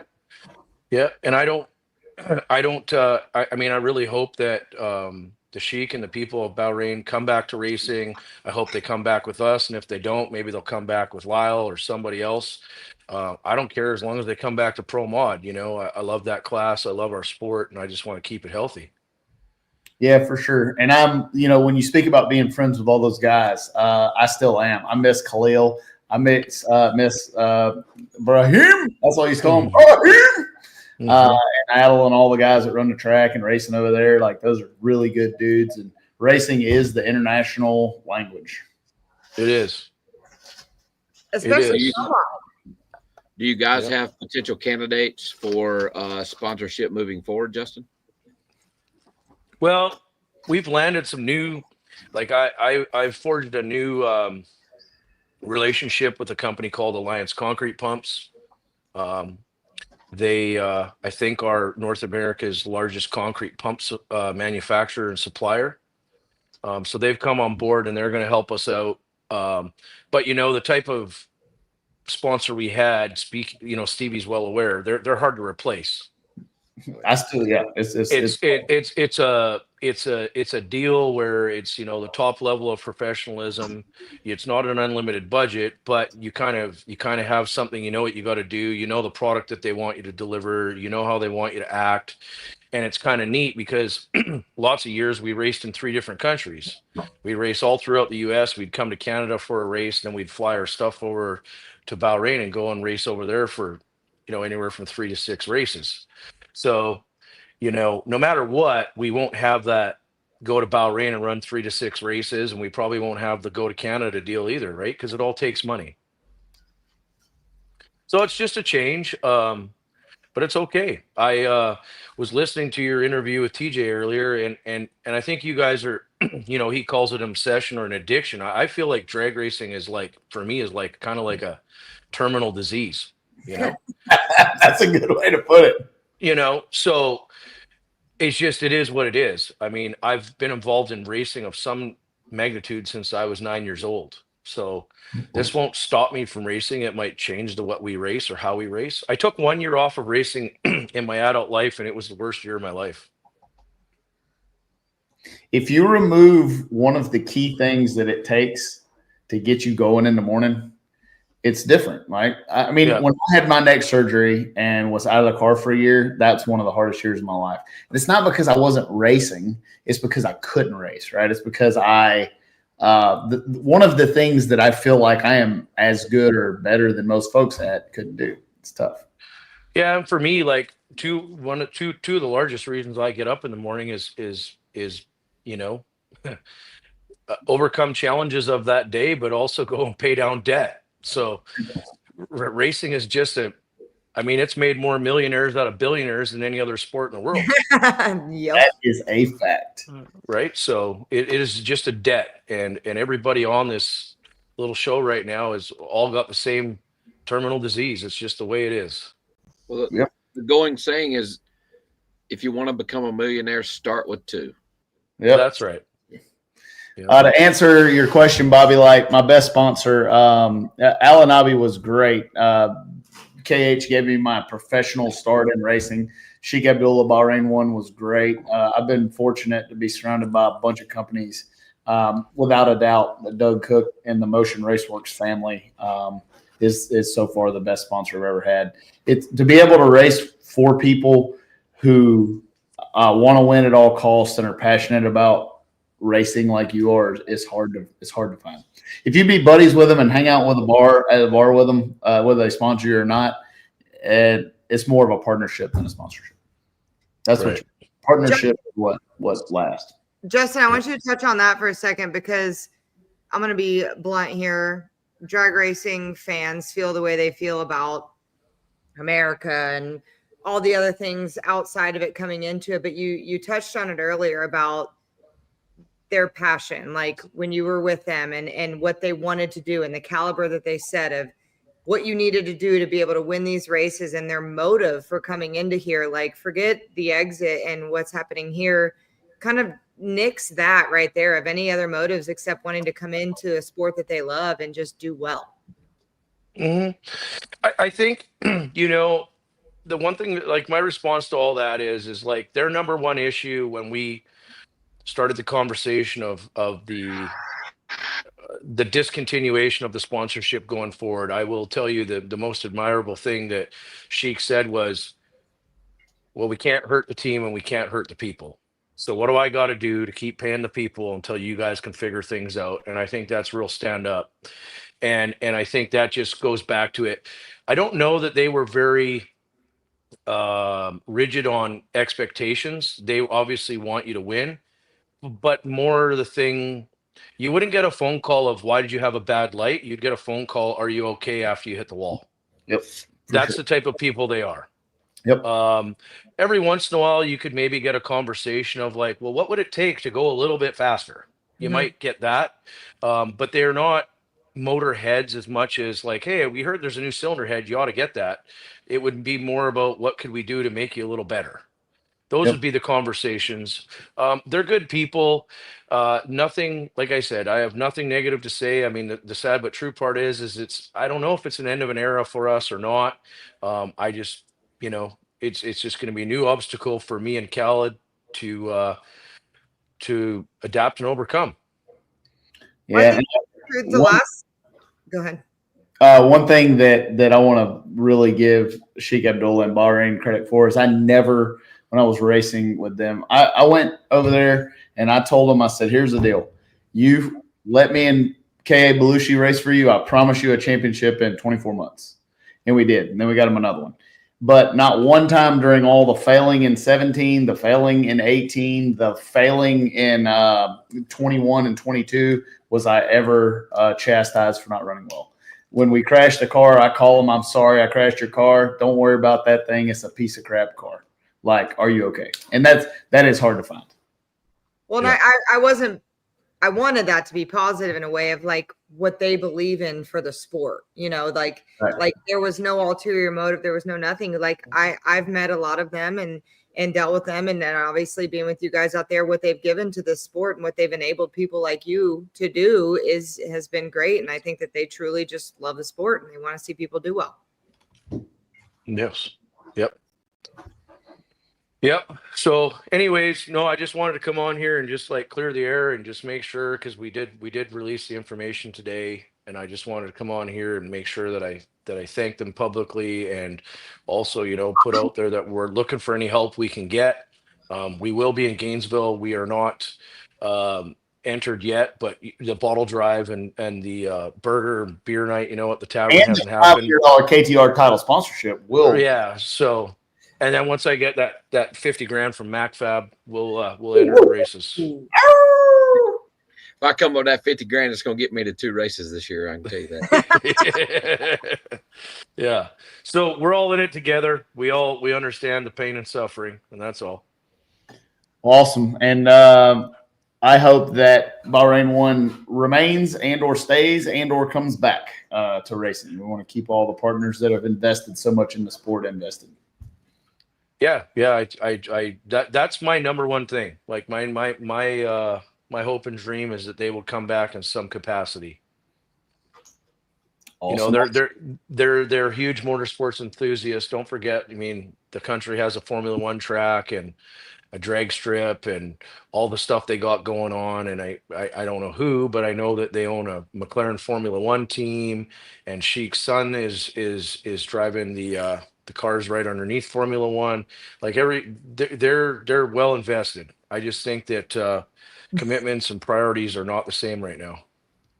Yeah, like a JBS, like Hyde Construction, Nitro, Funny Car to Pro Mod trade weekend. You know what I'm saying? Yeah, that would be good. That'd be a good way to save some money. A sponsor a Nitro Funny Car. I said trade. I said trade. Well, me and my buddies always joke that if we like meet each other in the final, we would do the burnout, back up, and then shut the cars off, switch cars, and then fire them up and make the run. So something like that. Something like that, right? Yeah, exactly what I was saying. Yeah. Except I wouldn't fit in Spencer's midget setup, but anyways. Canadian on Canadian crime right there. Yeah. That's nice. Yeah. Oh shit! Well, that's awesome. So man. what else has been going on with you guys? I seen Lyle went real fast today. He did. Smoking down there. He's down there helping the competition try to crush me. Everybody's asking why I'm not in Valdosta. I just got back from Brazil, like in the middle of the night, and I need to work. So, like, I got a lot of crap to do around here. I will be there either tomorrow or Thursday morning. Okay, so this is a question for Lyle. So tell me, what's it like in that thing? Is it different than a big tire? Tell me. I've never driven one of them skinny tire. Way cars. different. They pull really hard. Stevie and I were talking about this earlier. They pull really hard from 0.8 to a second and a half or so. There's just not as much driver input. Like, honestly, when you let go of the button as a driver, you can fuck it up more than you can help it. We're in the Pro Mod, got a wheel on it a little bit. You know, it's got front end way up and things moving around and whatnot. The radial cars are just the acceleration, the G, positive Gs are just unbelievable. So it's just different. They are not, I will say, they're not as fun to drive as a big tire car, but they flat haul ass. That's for sure. That's why Stevie keeps doing it. Fun. I do like it. And plus, I'm working on Duck to try to fund my next development project at KTR. I told him I got to come get that cheese because I got a new piece of equipment coming in. I got to make a down payment on. That's your boy. He ride or dies. He threatens the hammer for you, buddy. Man, everybody's. I don't know what he's going to do with that hammer. I know I'm not going to be around. Justin, did you hear about that? Did you read that on the internet? So when I ran the King Cheeto, the king of the Cheetos, Donald said he was going to smash his pecker with a hammer if I got crushed. So everybody's wondering. Somebody find him a Cheeto hammer. The guy that I'm afraid to cuss in front of in a meeting then commented on Facebook at Flow Racing, "Are we streaming this live on Flow?" And I thought, the whole world is unhinged. The whole world's come apart. Because I don't want to see Donald's wiener. I don't either. I don't want to see it. But he made a promise, dude. I'm not saying he doesn't have to do it. I just don't want to be there when it happens. So do you think he's going to do it? No. I think he probably will. You're a liar. I think he's gonna pull out like one of them foot-long hot dogs or something, and like have them side by side and hit the hot dog and not his. He has dip, to do something. You know? It has to be something ceremonious, right? Like he's got to do something. Because he said. Okay, so Courtney, I gotta ask you a question. Hey, here you go. We got a lead right here on the Shake and Bake Show. Charlie wants to sponsor your car. Wants to know ballpark. What would it take to sponsor a Pro Mod for a season? And I already know that this is a loaded question, but I'll let you answer them. No. Honestly, in a Pro Mod team, there's usually never we don't take that type of money. It's like come one, come all. It takes a significant amount of money to fund one entirely with one sponsor, but it's a lot easier to get a bunch of small ones and do them all justice and get them some ROI. That's what he's saying. Like, on a serious note, the way I always approach funding for one of these things is if you can get what I call the anchor sponsor, the title sponsor, enough money to say, okay, we know we can do it. All right, you try to get that to be a third of the budget that it takes to get is always my goal. If I can get a third and I know that I can do it, then you can normally get the rest of it. But to run a full competitive Pro Mod, you're looking at spending $750,000 to $1 million. Justin, how many? Three. What's that, Daddy? Well, there you go. How many cars do y'all plan to field this year? 3. All 3 of them. All right. Yeah. So to be honest with you, there is some economies of scale. It's not huge, but when you drag out more than one, it does get a little bit cheaper. It does. But I wanted to ask Courtney a question. So around my house, I'm married, you've met my wife, and like if it's like a hat or a toque day, it's kind of a lazy day. Is that what's going on over there in Ontario? Every day for her is a lazy day. Okay, first off, he was talking to Courtney. I was just answering in the way what everybody else was thinking. That's what I'm normally do. Justin, I never knew this was called a toque until I got to Canada. This is a beanie. No, it's a toque. No. That's a toboggan. Hold on. Whoa. Who specializes in the cold, Canada or Y'all America? Y'all do. Okay. Yeah. Y'all do. Respectfully, y'all. Mm-hmm. We also specialize in hockey ass whippings. Shut up. It is a lazy day. I have not washed my hair since Friday. I do have we can tell. pajamas. Okay, so that was my next question because this is my second marriage. My first marriage, my wife kind of washed her hair more frequently. Brittany, she likes to wash it like maybe twice a week. Is that normal? I feel like that's the longer it gets, less often you wash it. Jody over there said she washed hers once a week. Yeah, I washed mine Friday. I'll probably wash it tomorrow because we leave Thursday for Gainesville just to be a fresh head for Gainesville. Twice a week, maybe. No, you 3 leave times. for the World Series of Pro Mod.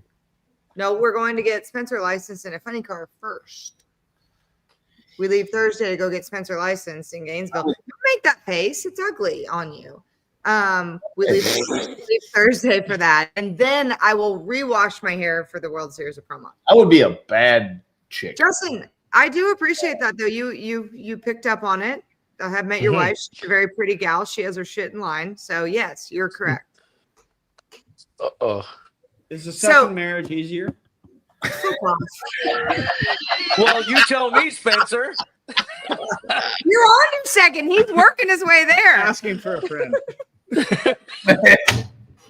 Golly. I'm going to show you the dirtiness. Hey, we have love advice, sponsorship advice, cooking show, clothing design. We have it all on the Shake and Bake Beard show. growth experts. Yeah, I will tell you, Lyle, it's looking good. It's looking real good.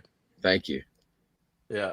Are you gonna do something different with it? Can you like maybe put like some streaks in the bottom or something like pizzazz it? Let me highlight it. No, man, I'm hoping for some gray streaks of wisdom or wizardry, as I call it. No, dude. The problem with that shit is it's like wildfire. When it comes in, it's like a forest fire. Yeah, look at Justin's is damn near white now. I don't have to worry about my eyebrows turning color, so I think I'm good.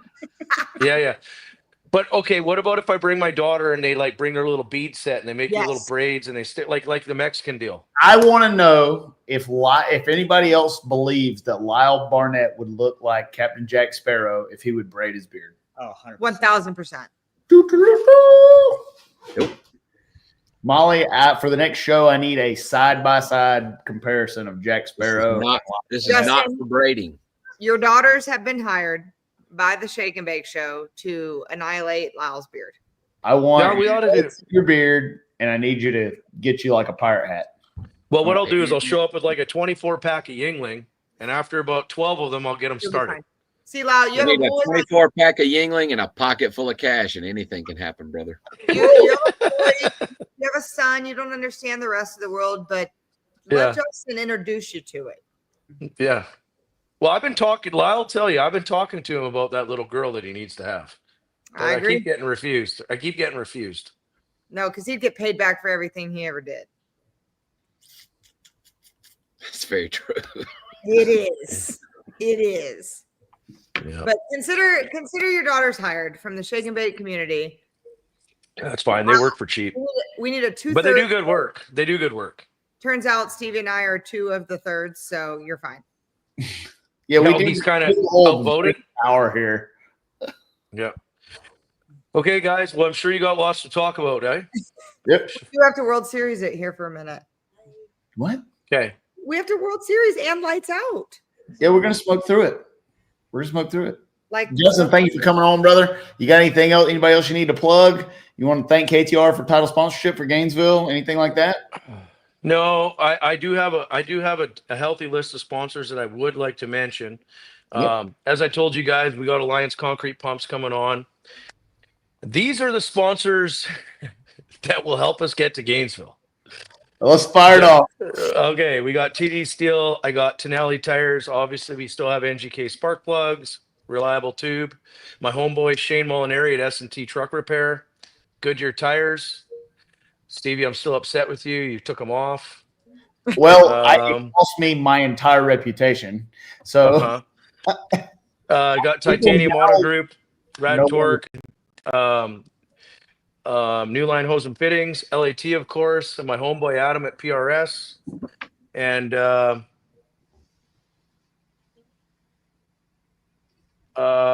what else did I want to tell in you? the shake and bake community, and KTR will be on there, of course.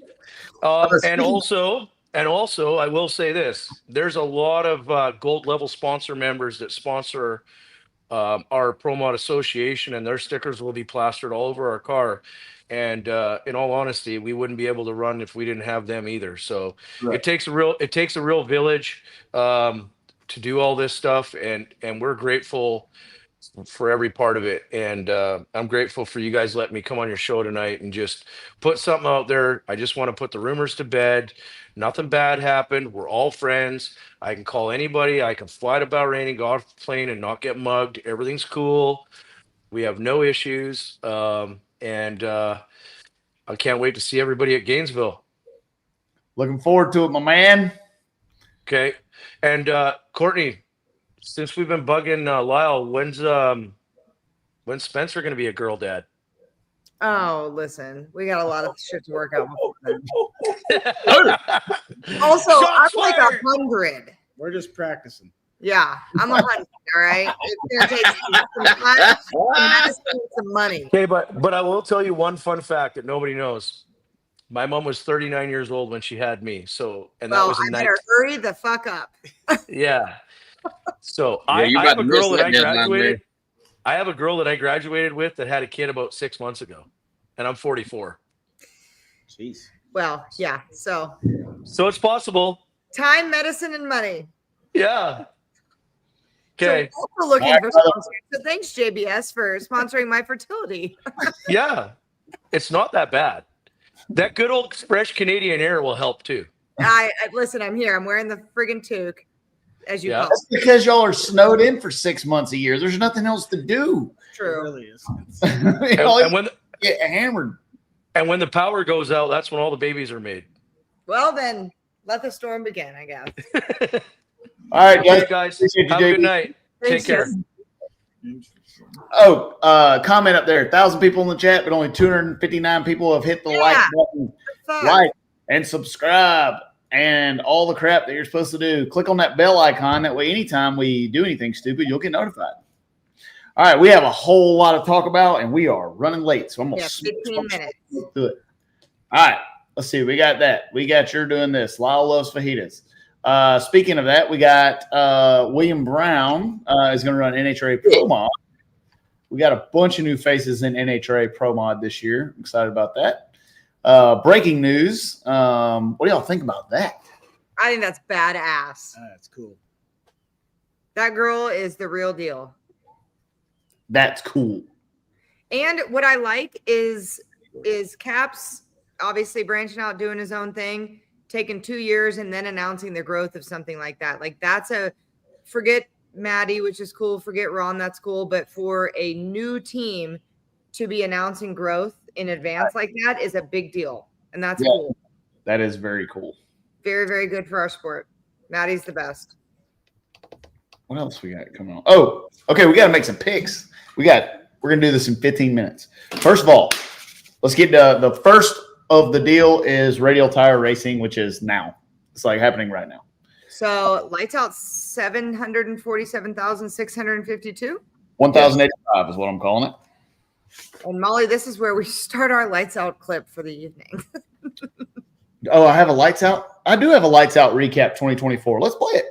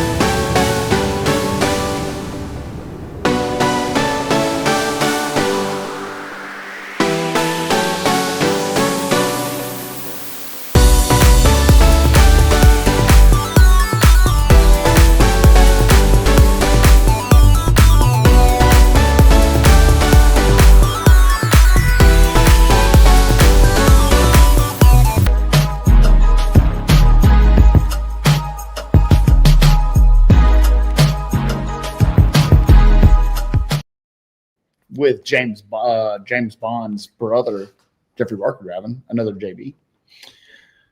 So you like, besides RVW, LDR is one of the hottest classes going. We got Pro 275. We got Ultra Street. It's going to be some pretty good racing, I think. Weather is going to be killer. I mean, it's not going to start killer, though, correct? Well, it's going to rain tomorrow, but the high on Thursday for qualifying is 50. So, but once the rain gets through tomorrow, we'll be fine. Yeah. After that, it's just going to be glory and records. Just records and glory. A normal amount of qualifiers. There will be no Cheeto dust flying from the sky. All of that is over. Ooh. All right, Courtney. What?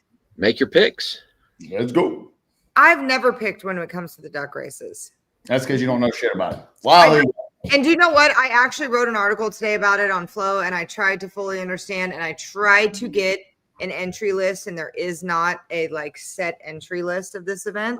Am I wrong? Can I get one? I'd love to write an article. No. Where are we starting? Let's start with Ultra. Okay.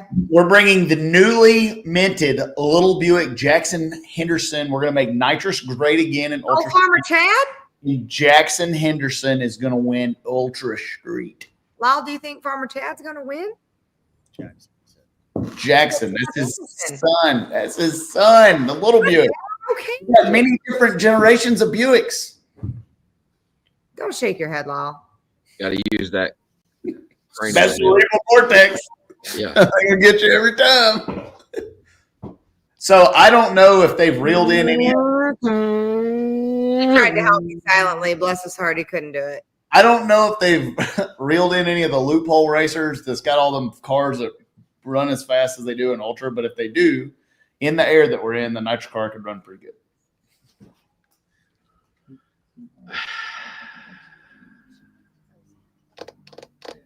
I'm gonna take the not only because you've already chosen. Yep. The boy Jackson Henderson. I'll be different, and I will take the Sean Pevlar. Very, very awesome hot rod. KBX hot rod and Ultra Street. All right. LD Aura. I won't pick myself, even though I could. I'll pick you. I like that. I'll pick you. I'm gonna No shit. step out on the nitrous plank and say that Jamie Hancock's going to get it done. I will say this. I have rarely underestimated an opponent like I did Jamie Hancock in Florida at the last race. He had not been faster than 402. We rolled up there. We're low ET of the race so far. We went 392. I mailed it in. We went 93. He goes 87 and blows my doors off. So if Jamie and them can make 4 or 5 runs in a row, that thing is going to be hard to beat. Yeah. But with that said, blower air will be here. It was a little wet and hot in Florida. If Chad does as good a job of driving, it's always going to be a toss-up between – what's awesome about LDRs, there's about 6 or 8 cars that are just dominant all the time. Naturally, I'm going to pick Chad, but I could see Jamie Hancock doing well. Greg Blevins Jr. is running good. Shane Stack's been running good. I was going to mention Blevins. Yeah. Because your girl was at the Winter Series, and she's not blind. Yeah, they're always running good. Jamie Miller does a great job running that car. They got top-notch stuff, and it's a badass hot rod. Can I pick myself? Yes, fuck yeah, you can. I'll pick myself. Well, then It's I'll the pick goddamn myself. Shake and Bake show. You can pick yourself. You make up your own rules. I'll pick myself. For LDR? And Pro 275. I'll pick Lyle for Pro 275, so that's pretty simple. RVW, we got some new faces. We got some folks from Australia hauling butt. Ken Q is going to be the car besides me to beat, and we already know that. Doing a great job driving. They're hauling ass. They're coming off a win. Confidence is up. Ken Q's going to be tough to beat. I'm picking me. I'm just going to have to try to flat out drive him or something, but it's going to be good. I'll tell you this. I'm at work today when I'm supposed to be there testing, and I see you go 353 in that car. It's very sobering. I'm like, they already went 53, and my car hasn't made a test pass since it was on big tires. Well, it could have. Just saying. I almost thought they'll be in there if I had time. Could have made one today, but no. Thanks, Phil. No. Ken Q's kind of tough to beat anywhere right now. Yes. That dude's driving out of his mind right now. When things roll somebody's way, they roll. I did get the nod to run that thing a couple races he can't go to this year. Oh, that'd be good. It'd be pretty cool to line up next to LB and RVW car. That'd be pretty fun. I want to call out some comments just to get some other people in the mix here. We've had people mention DJ McCain, X275. Yes. We have had, which also that. We've had 2 people I saw about Matt Bell and LDR. Car's Lyle. running good. Yep, running good. Car's running good. Also will soft announce that I do plan to run 3, possibly 4 NHRA Pro Mod races with the Tidwell camp this year. Hopefully. That's awesome. That's the plan. Oh, really? Full? Maybe. You know which races? The one's close to home. The 2 Charlottes and then maybe I hope to run the 2 Charlottes, Virginia, and then if Erica doesn't want to run Virginia, and then Bristol. Have you ever asked Erica if she didn't want to race a race car? Yeah, I know, but we're friends. So maybe Ain't nobody friends with Erica except a race car. Okay. I'm just saying. I don't know. I ain't talked to her about it, but if you're going to give that broad an opportunity. She'll probably run Virginia. If she gets the opportunity, she's going to run. If she don't. There's Lyle Barnett. All right, World Series Pro Mod. Before we dabble into that, I want to just, before I lose this comment, Brad Furman asked Spencer how much crew turnover was there. That's Brad that works on Tasca's car. All of them. Yeah. Oh, hi, Brad. I'm sorry. I didn't see your face. Those are all Jim Head guys. His guys are going to be running World Series of Pro Mod with him, and then they are hanging out and going for the funny car stuff. That's all Jim Head's guys. So it is a full new crew. Spencer, are you nervous? I'm nervous to drive for somebody else. I've never drove for anybody but myself. So that's going to be tough. If he needs any tips, he could ask me because I've totally warmed one up. Right. She has done more in a funny car than me. You did get the hood. No, that's not true. You got to practice your slide. I didn't do the I slide. did, but when I sat in one a month ago, it didn't even have a clutch can in it. It was a bare chassis. I made them put the body on so I could climb up, slide out, and slide. Literally. Lot to But learn. I only have like 2 more days to say that I've done more in a funny car than him. Yeah, Friday we're gonna stomp on that loud pedal in Gainesville. And it's only going to be like 34 degrees in Gainesville. Man, if something happens here, so long you could actually run it to the 1,000 foot, stop, run it again 1,000 foot, and still stop. Jim called me yesterday. He just got back from New Zealand. He goes, "Hey, do you got a mouth guard?" I said, "I ordered one." He goes, "Well, you might want to get one. I'm not really good in the cold, and it's probably going to shake the tire." We'll learn quickly. So to answer your question, Lyle, yes, I am nervous. You didn't ask me. It'll be fine. hey Stevie, could we have the honky rocket on deck, and if things go astray here, we just jet to Gainesville so we can see this? That would be so cool. So when are you doing it? Friday? Friday, Saturday, Sunday. Yeah, we can smoke over there. So I'm gonna fly the rocket will be in Valdosta because I never know if I might need to come get a block or a crank or Bob might have to come. Yeah, videos. Don't you worry. God, that would be awesome. Valdosta to Gainesville is only about 20 minutes. Oh my God, that'd be so cool. I think it's just me and Steve Torrance. You can probably just land on some bitch right on the runway. Yeah, I'll do it. I'll just land it on the track. If they'll move all them cones out of the way, I'll smoke her on in. I'll move them. It's fine. So I'm fine. All right, before we get to World Series Pro Mod, I have a clip in here. I don't even know what this is. It says Dyno Video Compilation. Is there a reason that I shouldn't play this? Probably. The thing is, when there's media in here, I don't know what it is. So, like, it could be. Okay, just send it. All right, we're going to send it. I don't know.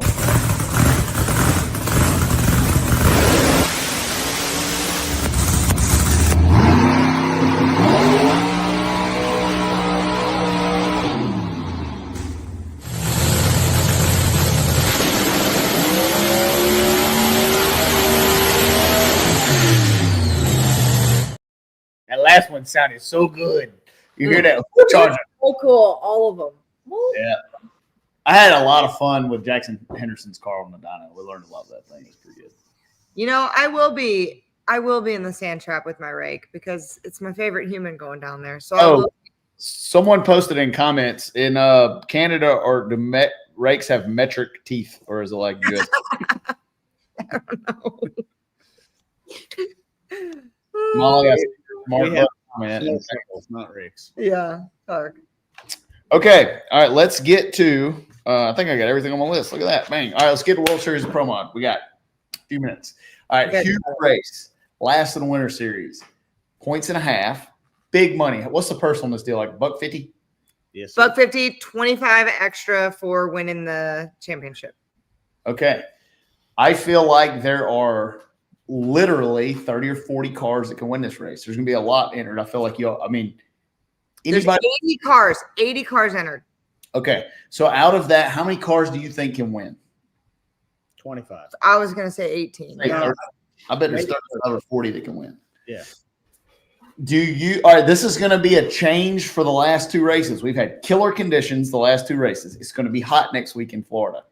That's going to play a factor into some teams' programs. It is. It'll make Sunday interesting, and I think you'll see lane choice become more of a factor here than any of the previous 2 races. Well, next Saturday. We race Saturday, buddy. Saturday. No running. Saturday. I told Bob we're working on engine development, and I told Bob nothing else matters to me except my ability to get lane choice on Saturday. I said I don't even need it to be able to make 5 runs. I need to be able to be one of the fastest cars 5 times, and that's literally how we're approaching it because it's important. Let me just break this down for you people. So it's 1.5 points. So this doesn't mean as much as it should, but Ken Cartuccio, number 1, at 12:10. Kai Kelly, 896. Mark Mickey, Kurt Stedding, Melanie Salemi, Mike Decker, all within the 700 range. Travis Harvey, Lyle Barnett, Erica Enders, Todd Tutterow within the 500 range. Oh, I'm sorry, Ty. That was muscle memory there. If, and I'm not meaning this in any way, I've always supported Ken. I'm just doing this for a storyline. If something crazy happens where we have 80 cars and Ken Cartuccio by chance doesn't qualify, it is everyone's game. If Ken Cartuccio does qualify, it's everyone's responsibility to make sure he doesn't make it past that second round of eliminations. But Lyle, like, you didn't qualify for the first race and you're in the mix for the freaking championship. Yeah. That is how intense this shit is. Yeah. That's insane. Yeah, I mean, mathematically, it would take a miracle, right? But like, not a huge one. But miracles happen. Not a huge one, dude. Like, you're 566. He's 1210. Again, Ken, God bless you. You're probably going to win this deal, whatever. Ken doesn't qualify.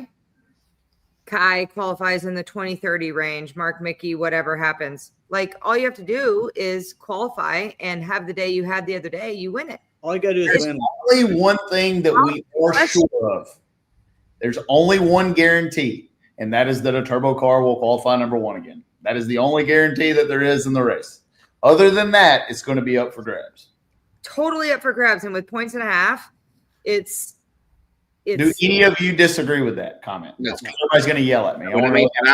I think there's a guarantee that Ken's going to qualify. There's a probability. Nothing's guaranteed. There's a probability. No, but I'm saying, do any of you disagree that a turbo car will qualify number one? No. I don't disagree with that. I agree. And if they don't, something's wrong. Like fell off something.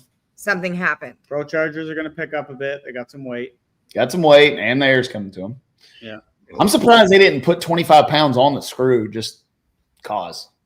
Well, they did on our on the 75 over. 92 has been the same. Yeah. Yeah. I don't know. It's out of reach as you think, Lyle. James, I would love to run that race back. I'm hoping that we would get paired up. However, I am very interested in a actual grudge race with him or anybody else, really. I would like, if we're going to do a big race, I want to take their sticker plate off and race them is what I want to do. My team is not my team and racing vehicle is not built around restrictor plate racing, so we struggle when we have to pull it back. I will say this: last year, the World Series of Pro Mod was very heavily the Rivals Night. There was a lot of grudge stuff going on. A lot of behind the scenes conversations kind of came about, and the general consensus is we were not going to do any of that because of the 3 race series that happened, of all the things that happened. There's natural grudge situations that have birthed themselves, but they're not doing Rivals Night. We're not going to mess up qualifying order. Too many people were complaining about if you run a Rivals Night, you run at the end of the session, yada, yada, yada. So I think that we need to really put into consideration and the importance of that the people running this race realized that the race was more important than the grudges that were coming into it. And this is a big deal. And I messaged Wes Buck this week and asked him if I locked in an actual grudge race that could be done on Friday night, could we flip for lanes and it count for qualifying? And he did not answer me back. He said he would get back to me. I haven't heard back. Oh, really? I get it both sides. If I'm a competitor against me and I get lane choice and get to run in whatever the preferred lane happens to be a bunch, that's not fair to them. But at the same time, if I'm doing an actual grudge race, I want to flip for lane choice. I don't want the how they pair us up to determine my ability to win or not. So I get both sides. Well, and I'm not answering for him, but if that is his answer, there was a lot of behind the scenes conversations of like those kinds of things affecting the actual race. Correct. And you don't want to do that. You don't want to do anything that can harm the race for sure. Which I think is going to be awesome. This is cool. There's a lot of money. There's a lot of bragging rights. There's a lot of things. I just typed up an article today of like top 10 storylines leading into it. I'm going to put it on Flow Drag Racing tomorrow. But there's, for the first time in a long time, I felt like coming from my brain to my fingers of writing about the excitement of this race. Like it's real. You don't have to manufacture anything. Yeah, there's a lot of good storylines. I am not looking forward to. We're gonna have to do a at racetrack conversion on my car. That's tough. It really is tough. It's tough to do it, and we keep good notes, but all the engines have to be done. Everything front to back. I'm not looking forward to it. And then go race against the best people in the world. Whoever's doing your stuff, Jess or whoever, like, can you make a vlog, a video, some of that? That needs to be documented of what you're doing for this, because this is what Pro Mod racing is turning into, is what you're doing to be able to go from where you're going to where you'll be. I'm gonna try to make this a $200,000 stretch. But you know what I'm saying? Like, log it. Yeah. It's cool. It's what our class and what this is turning into, to be able to compete competitively in multi-series situations is what you're about to do this week. Same with you, Lyle. Like, even just mentally as a driver, like all of it. How much do you think not having radial tire cars at the event will affect the event? All right, the racetrack's going to be totally all different. of it. Everything. Totally different.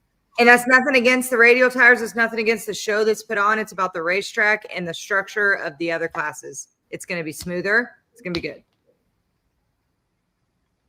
I think it tightens the field up a couple hundreds. Yeah, for sure. I think it should lend to much better racing. It's really hard. Bradenton and everybody does a good job running the cars together as good as they can, but there's still nothing like not having to spray that much glue over the course of a long event and the track being better toward the end. I think that the casual viewer doesn't really understand what all that takes. They just deal with and there are a lot of really good pro mod teams that come there and race, and not because they're incompetent or not good at what they do, but they just are not familiar with running on the hybrid racetrack, as I call it, and it hurts them. They don't perform as good as they really are. And I think that all of that will change here. And I think this is something, maybe I'm speaking out of turn here, and I may hear about this on my DI call tomorrow, but I think this is something they're going to have to address and figure out as a winter series, as they've meshed these Bradenton Motorsports Park races with the World Series of Pro Mod. But I think it's been cool to be a part of as they figure that out. But I think next year moving forward, these are going to be conversations that they're going to have to deal with of what this series means with shit like that. Yep. I agree.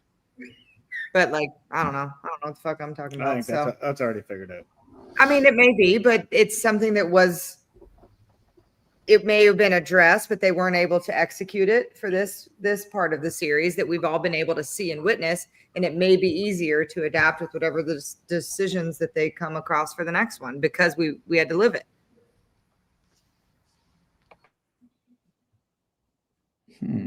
Cool. No doubt. Hey, make some picks. Who you like? Oof.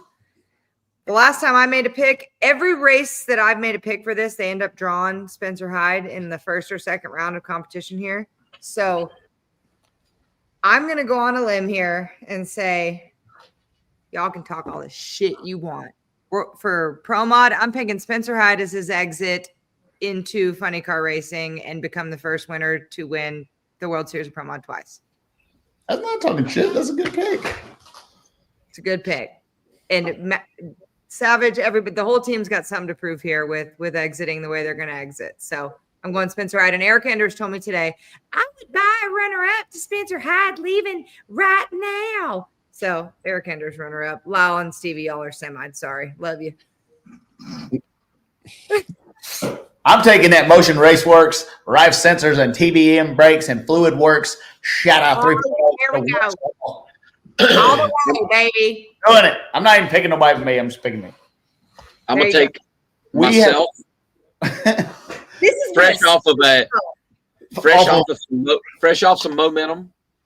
Didn't quite get it done at the U.S. streets, but feel like we can get there and get her done at the World Series, and then the first person to ever double up in Outlaw 10.5 and Pro Mod, same race. Oh, yeah. We have made some bold picks tonight, ladies and gentlemen. So we have had our team. We've been running good. We qualified 10th and 8th at the last 2 times and just got outrun. Spencer's been running good. Lyle's running good. That's the thing. There's 40 of us that are running good. I mean, there really is. It's hard to pick, man. It is, and you get into the deal of these draws. Like, I'm going to use Spencer as an example for last time. You draw Kurt Stedding, round 1. You run a 59, 30-something on the tree and lose. Like, that's just a bad draw. That's a bad draw. Bad draw. Sanders with Greg Anderson at the Pro Superstar Shootout, 20 on the tree. That's a bad draw. Yep. Shit happens at these races, and I cannot wait to see what happens. All I know is the 4 of y'all, Erica included, you better stay away from each other. Pick a different chip. The chip draw. You can't do it. It's a chip draw. How you gonna do it? I don't want to race Erica. Like, that's what you're gonna say. Like, I don't want to get that chip. Feels like Erica. Nope. Yeah, nope. I don't give a crap who's over there. I want them all. I can't wait. It's gonna be awesome. It's gonna be a freaking awesome race. So there we go. We did this shit. We had 2 guests. We covered 4 races in 2 hours. A lot. This is a lot. I'm looking to see if there's anything in my media stuff that we missed. I got a Barker Max picture. That's pretty good. I saw a couple of people, maybe the same guy a couple of times. We need a flow chat while the stream's going on. I hear you, but YouTube has a stream of it. Go put your chats on there, message them. I don't know. I hear you. I do hear you. Subscription only, yes. Oh, yeah, we got Gainesville. We will have a show pre-Gainesville, so we're not doing Gainesville yet. We will have a show Tuesday after World Series of Promo. That's correct, right? Yep. So we'll dish Gainesville then. It's too early to pick Gainesville. With all the racing happening in the next 14 days, we may be out of motorsports and can't even race Gainesville. I did see, yes, Lights Out will be on Flow. There's still the monthly deal. You can do monthly, you can do yearly. Flow, honestly, Lights Out and World Series for like 30-something bucks, I'd buy it. That's pretty good. If you're going to subscribe for a month, that's a pretty good month to get it. Pretty good month. That's a no-brainer. I mean, not that I work there or anything. Leonard, I'm with you, buddy. Give me $20 on that shot. $20 on that shot. Wonder how many times we're going to say it on the live feed this week. A lot, because Donald Long loves you. Or hates me. Depends on how you look at it. Ask his pecker. All I know is I have never got a 25-pound weight break, but most of the people that I race against somehow do. So once again, they took the champion and gave him 25 pounds. But you're the golden child, dude. You can't get it. You're the golden child. I mean, where's my 25? If I'm the favorite, where's my 25? I want 25 pounds. Just help me out for this. Just let me go out there and just mail it in one time. You got it. It's in your car. All right. We got Lyle, looks like you got to do a little rewiring in the MacFab trailer over there. Yeah, we ejecto-cetoed some few important wires underneath the MacFab support trailer, so we got some rewiring to do tonight. Thank you. Awesome. Well, thank you guys for watching episode 53. We'll see you not this week, where we will be transversing from Lights Out to World Series of Pro Mod, but we'll see you Tuesday post World Series of Pro Mod for all the action that happened in the next 2 races. I promise you, it's going to be exciting. There'll be some shit that's happening. Let's see if I can find the outro. I don't know. Find it. He doesn't know. Let's see. There we go.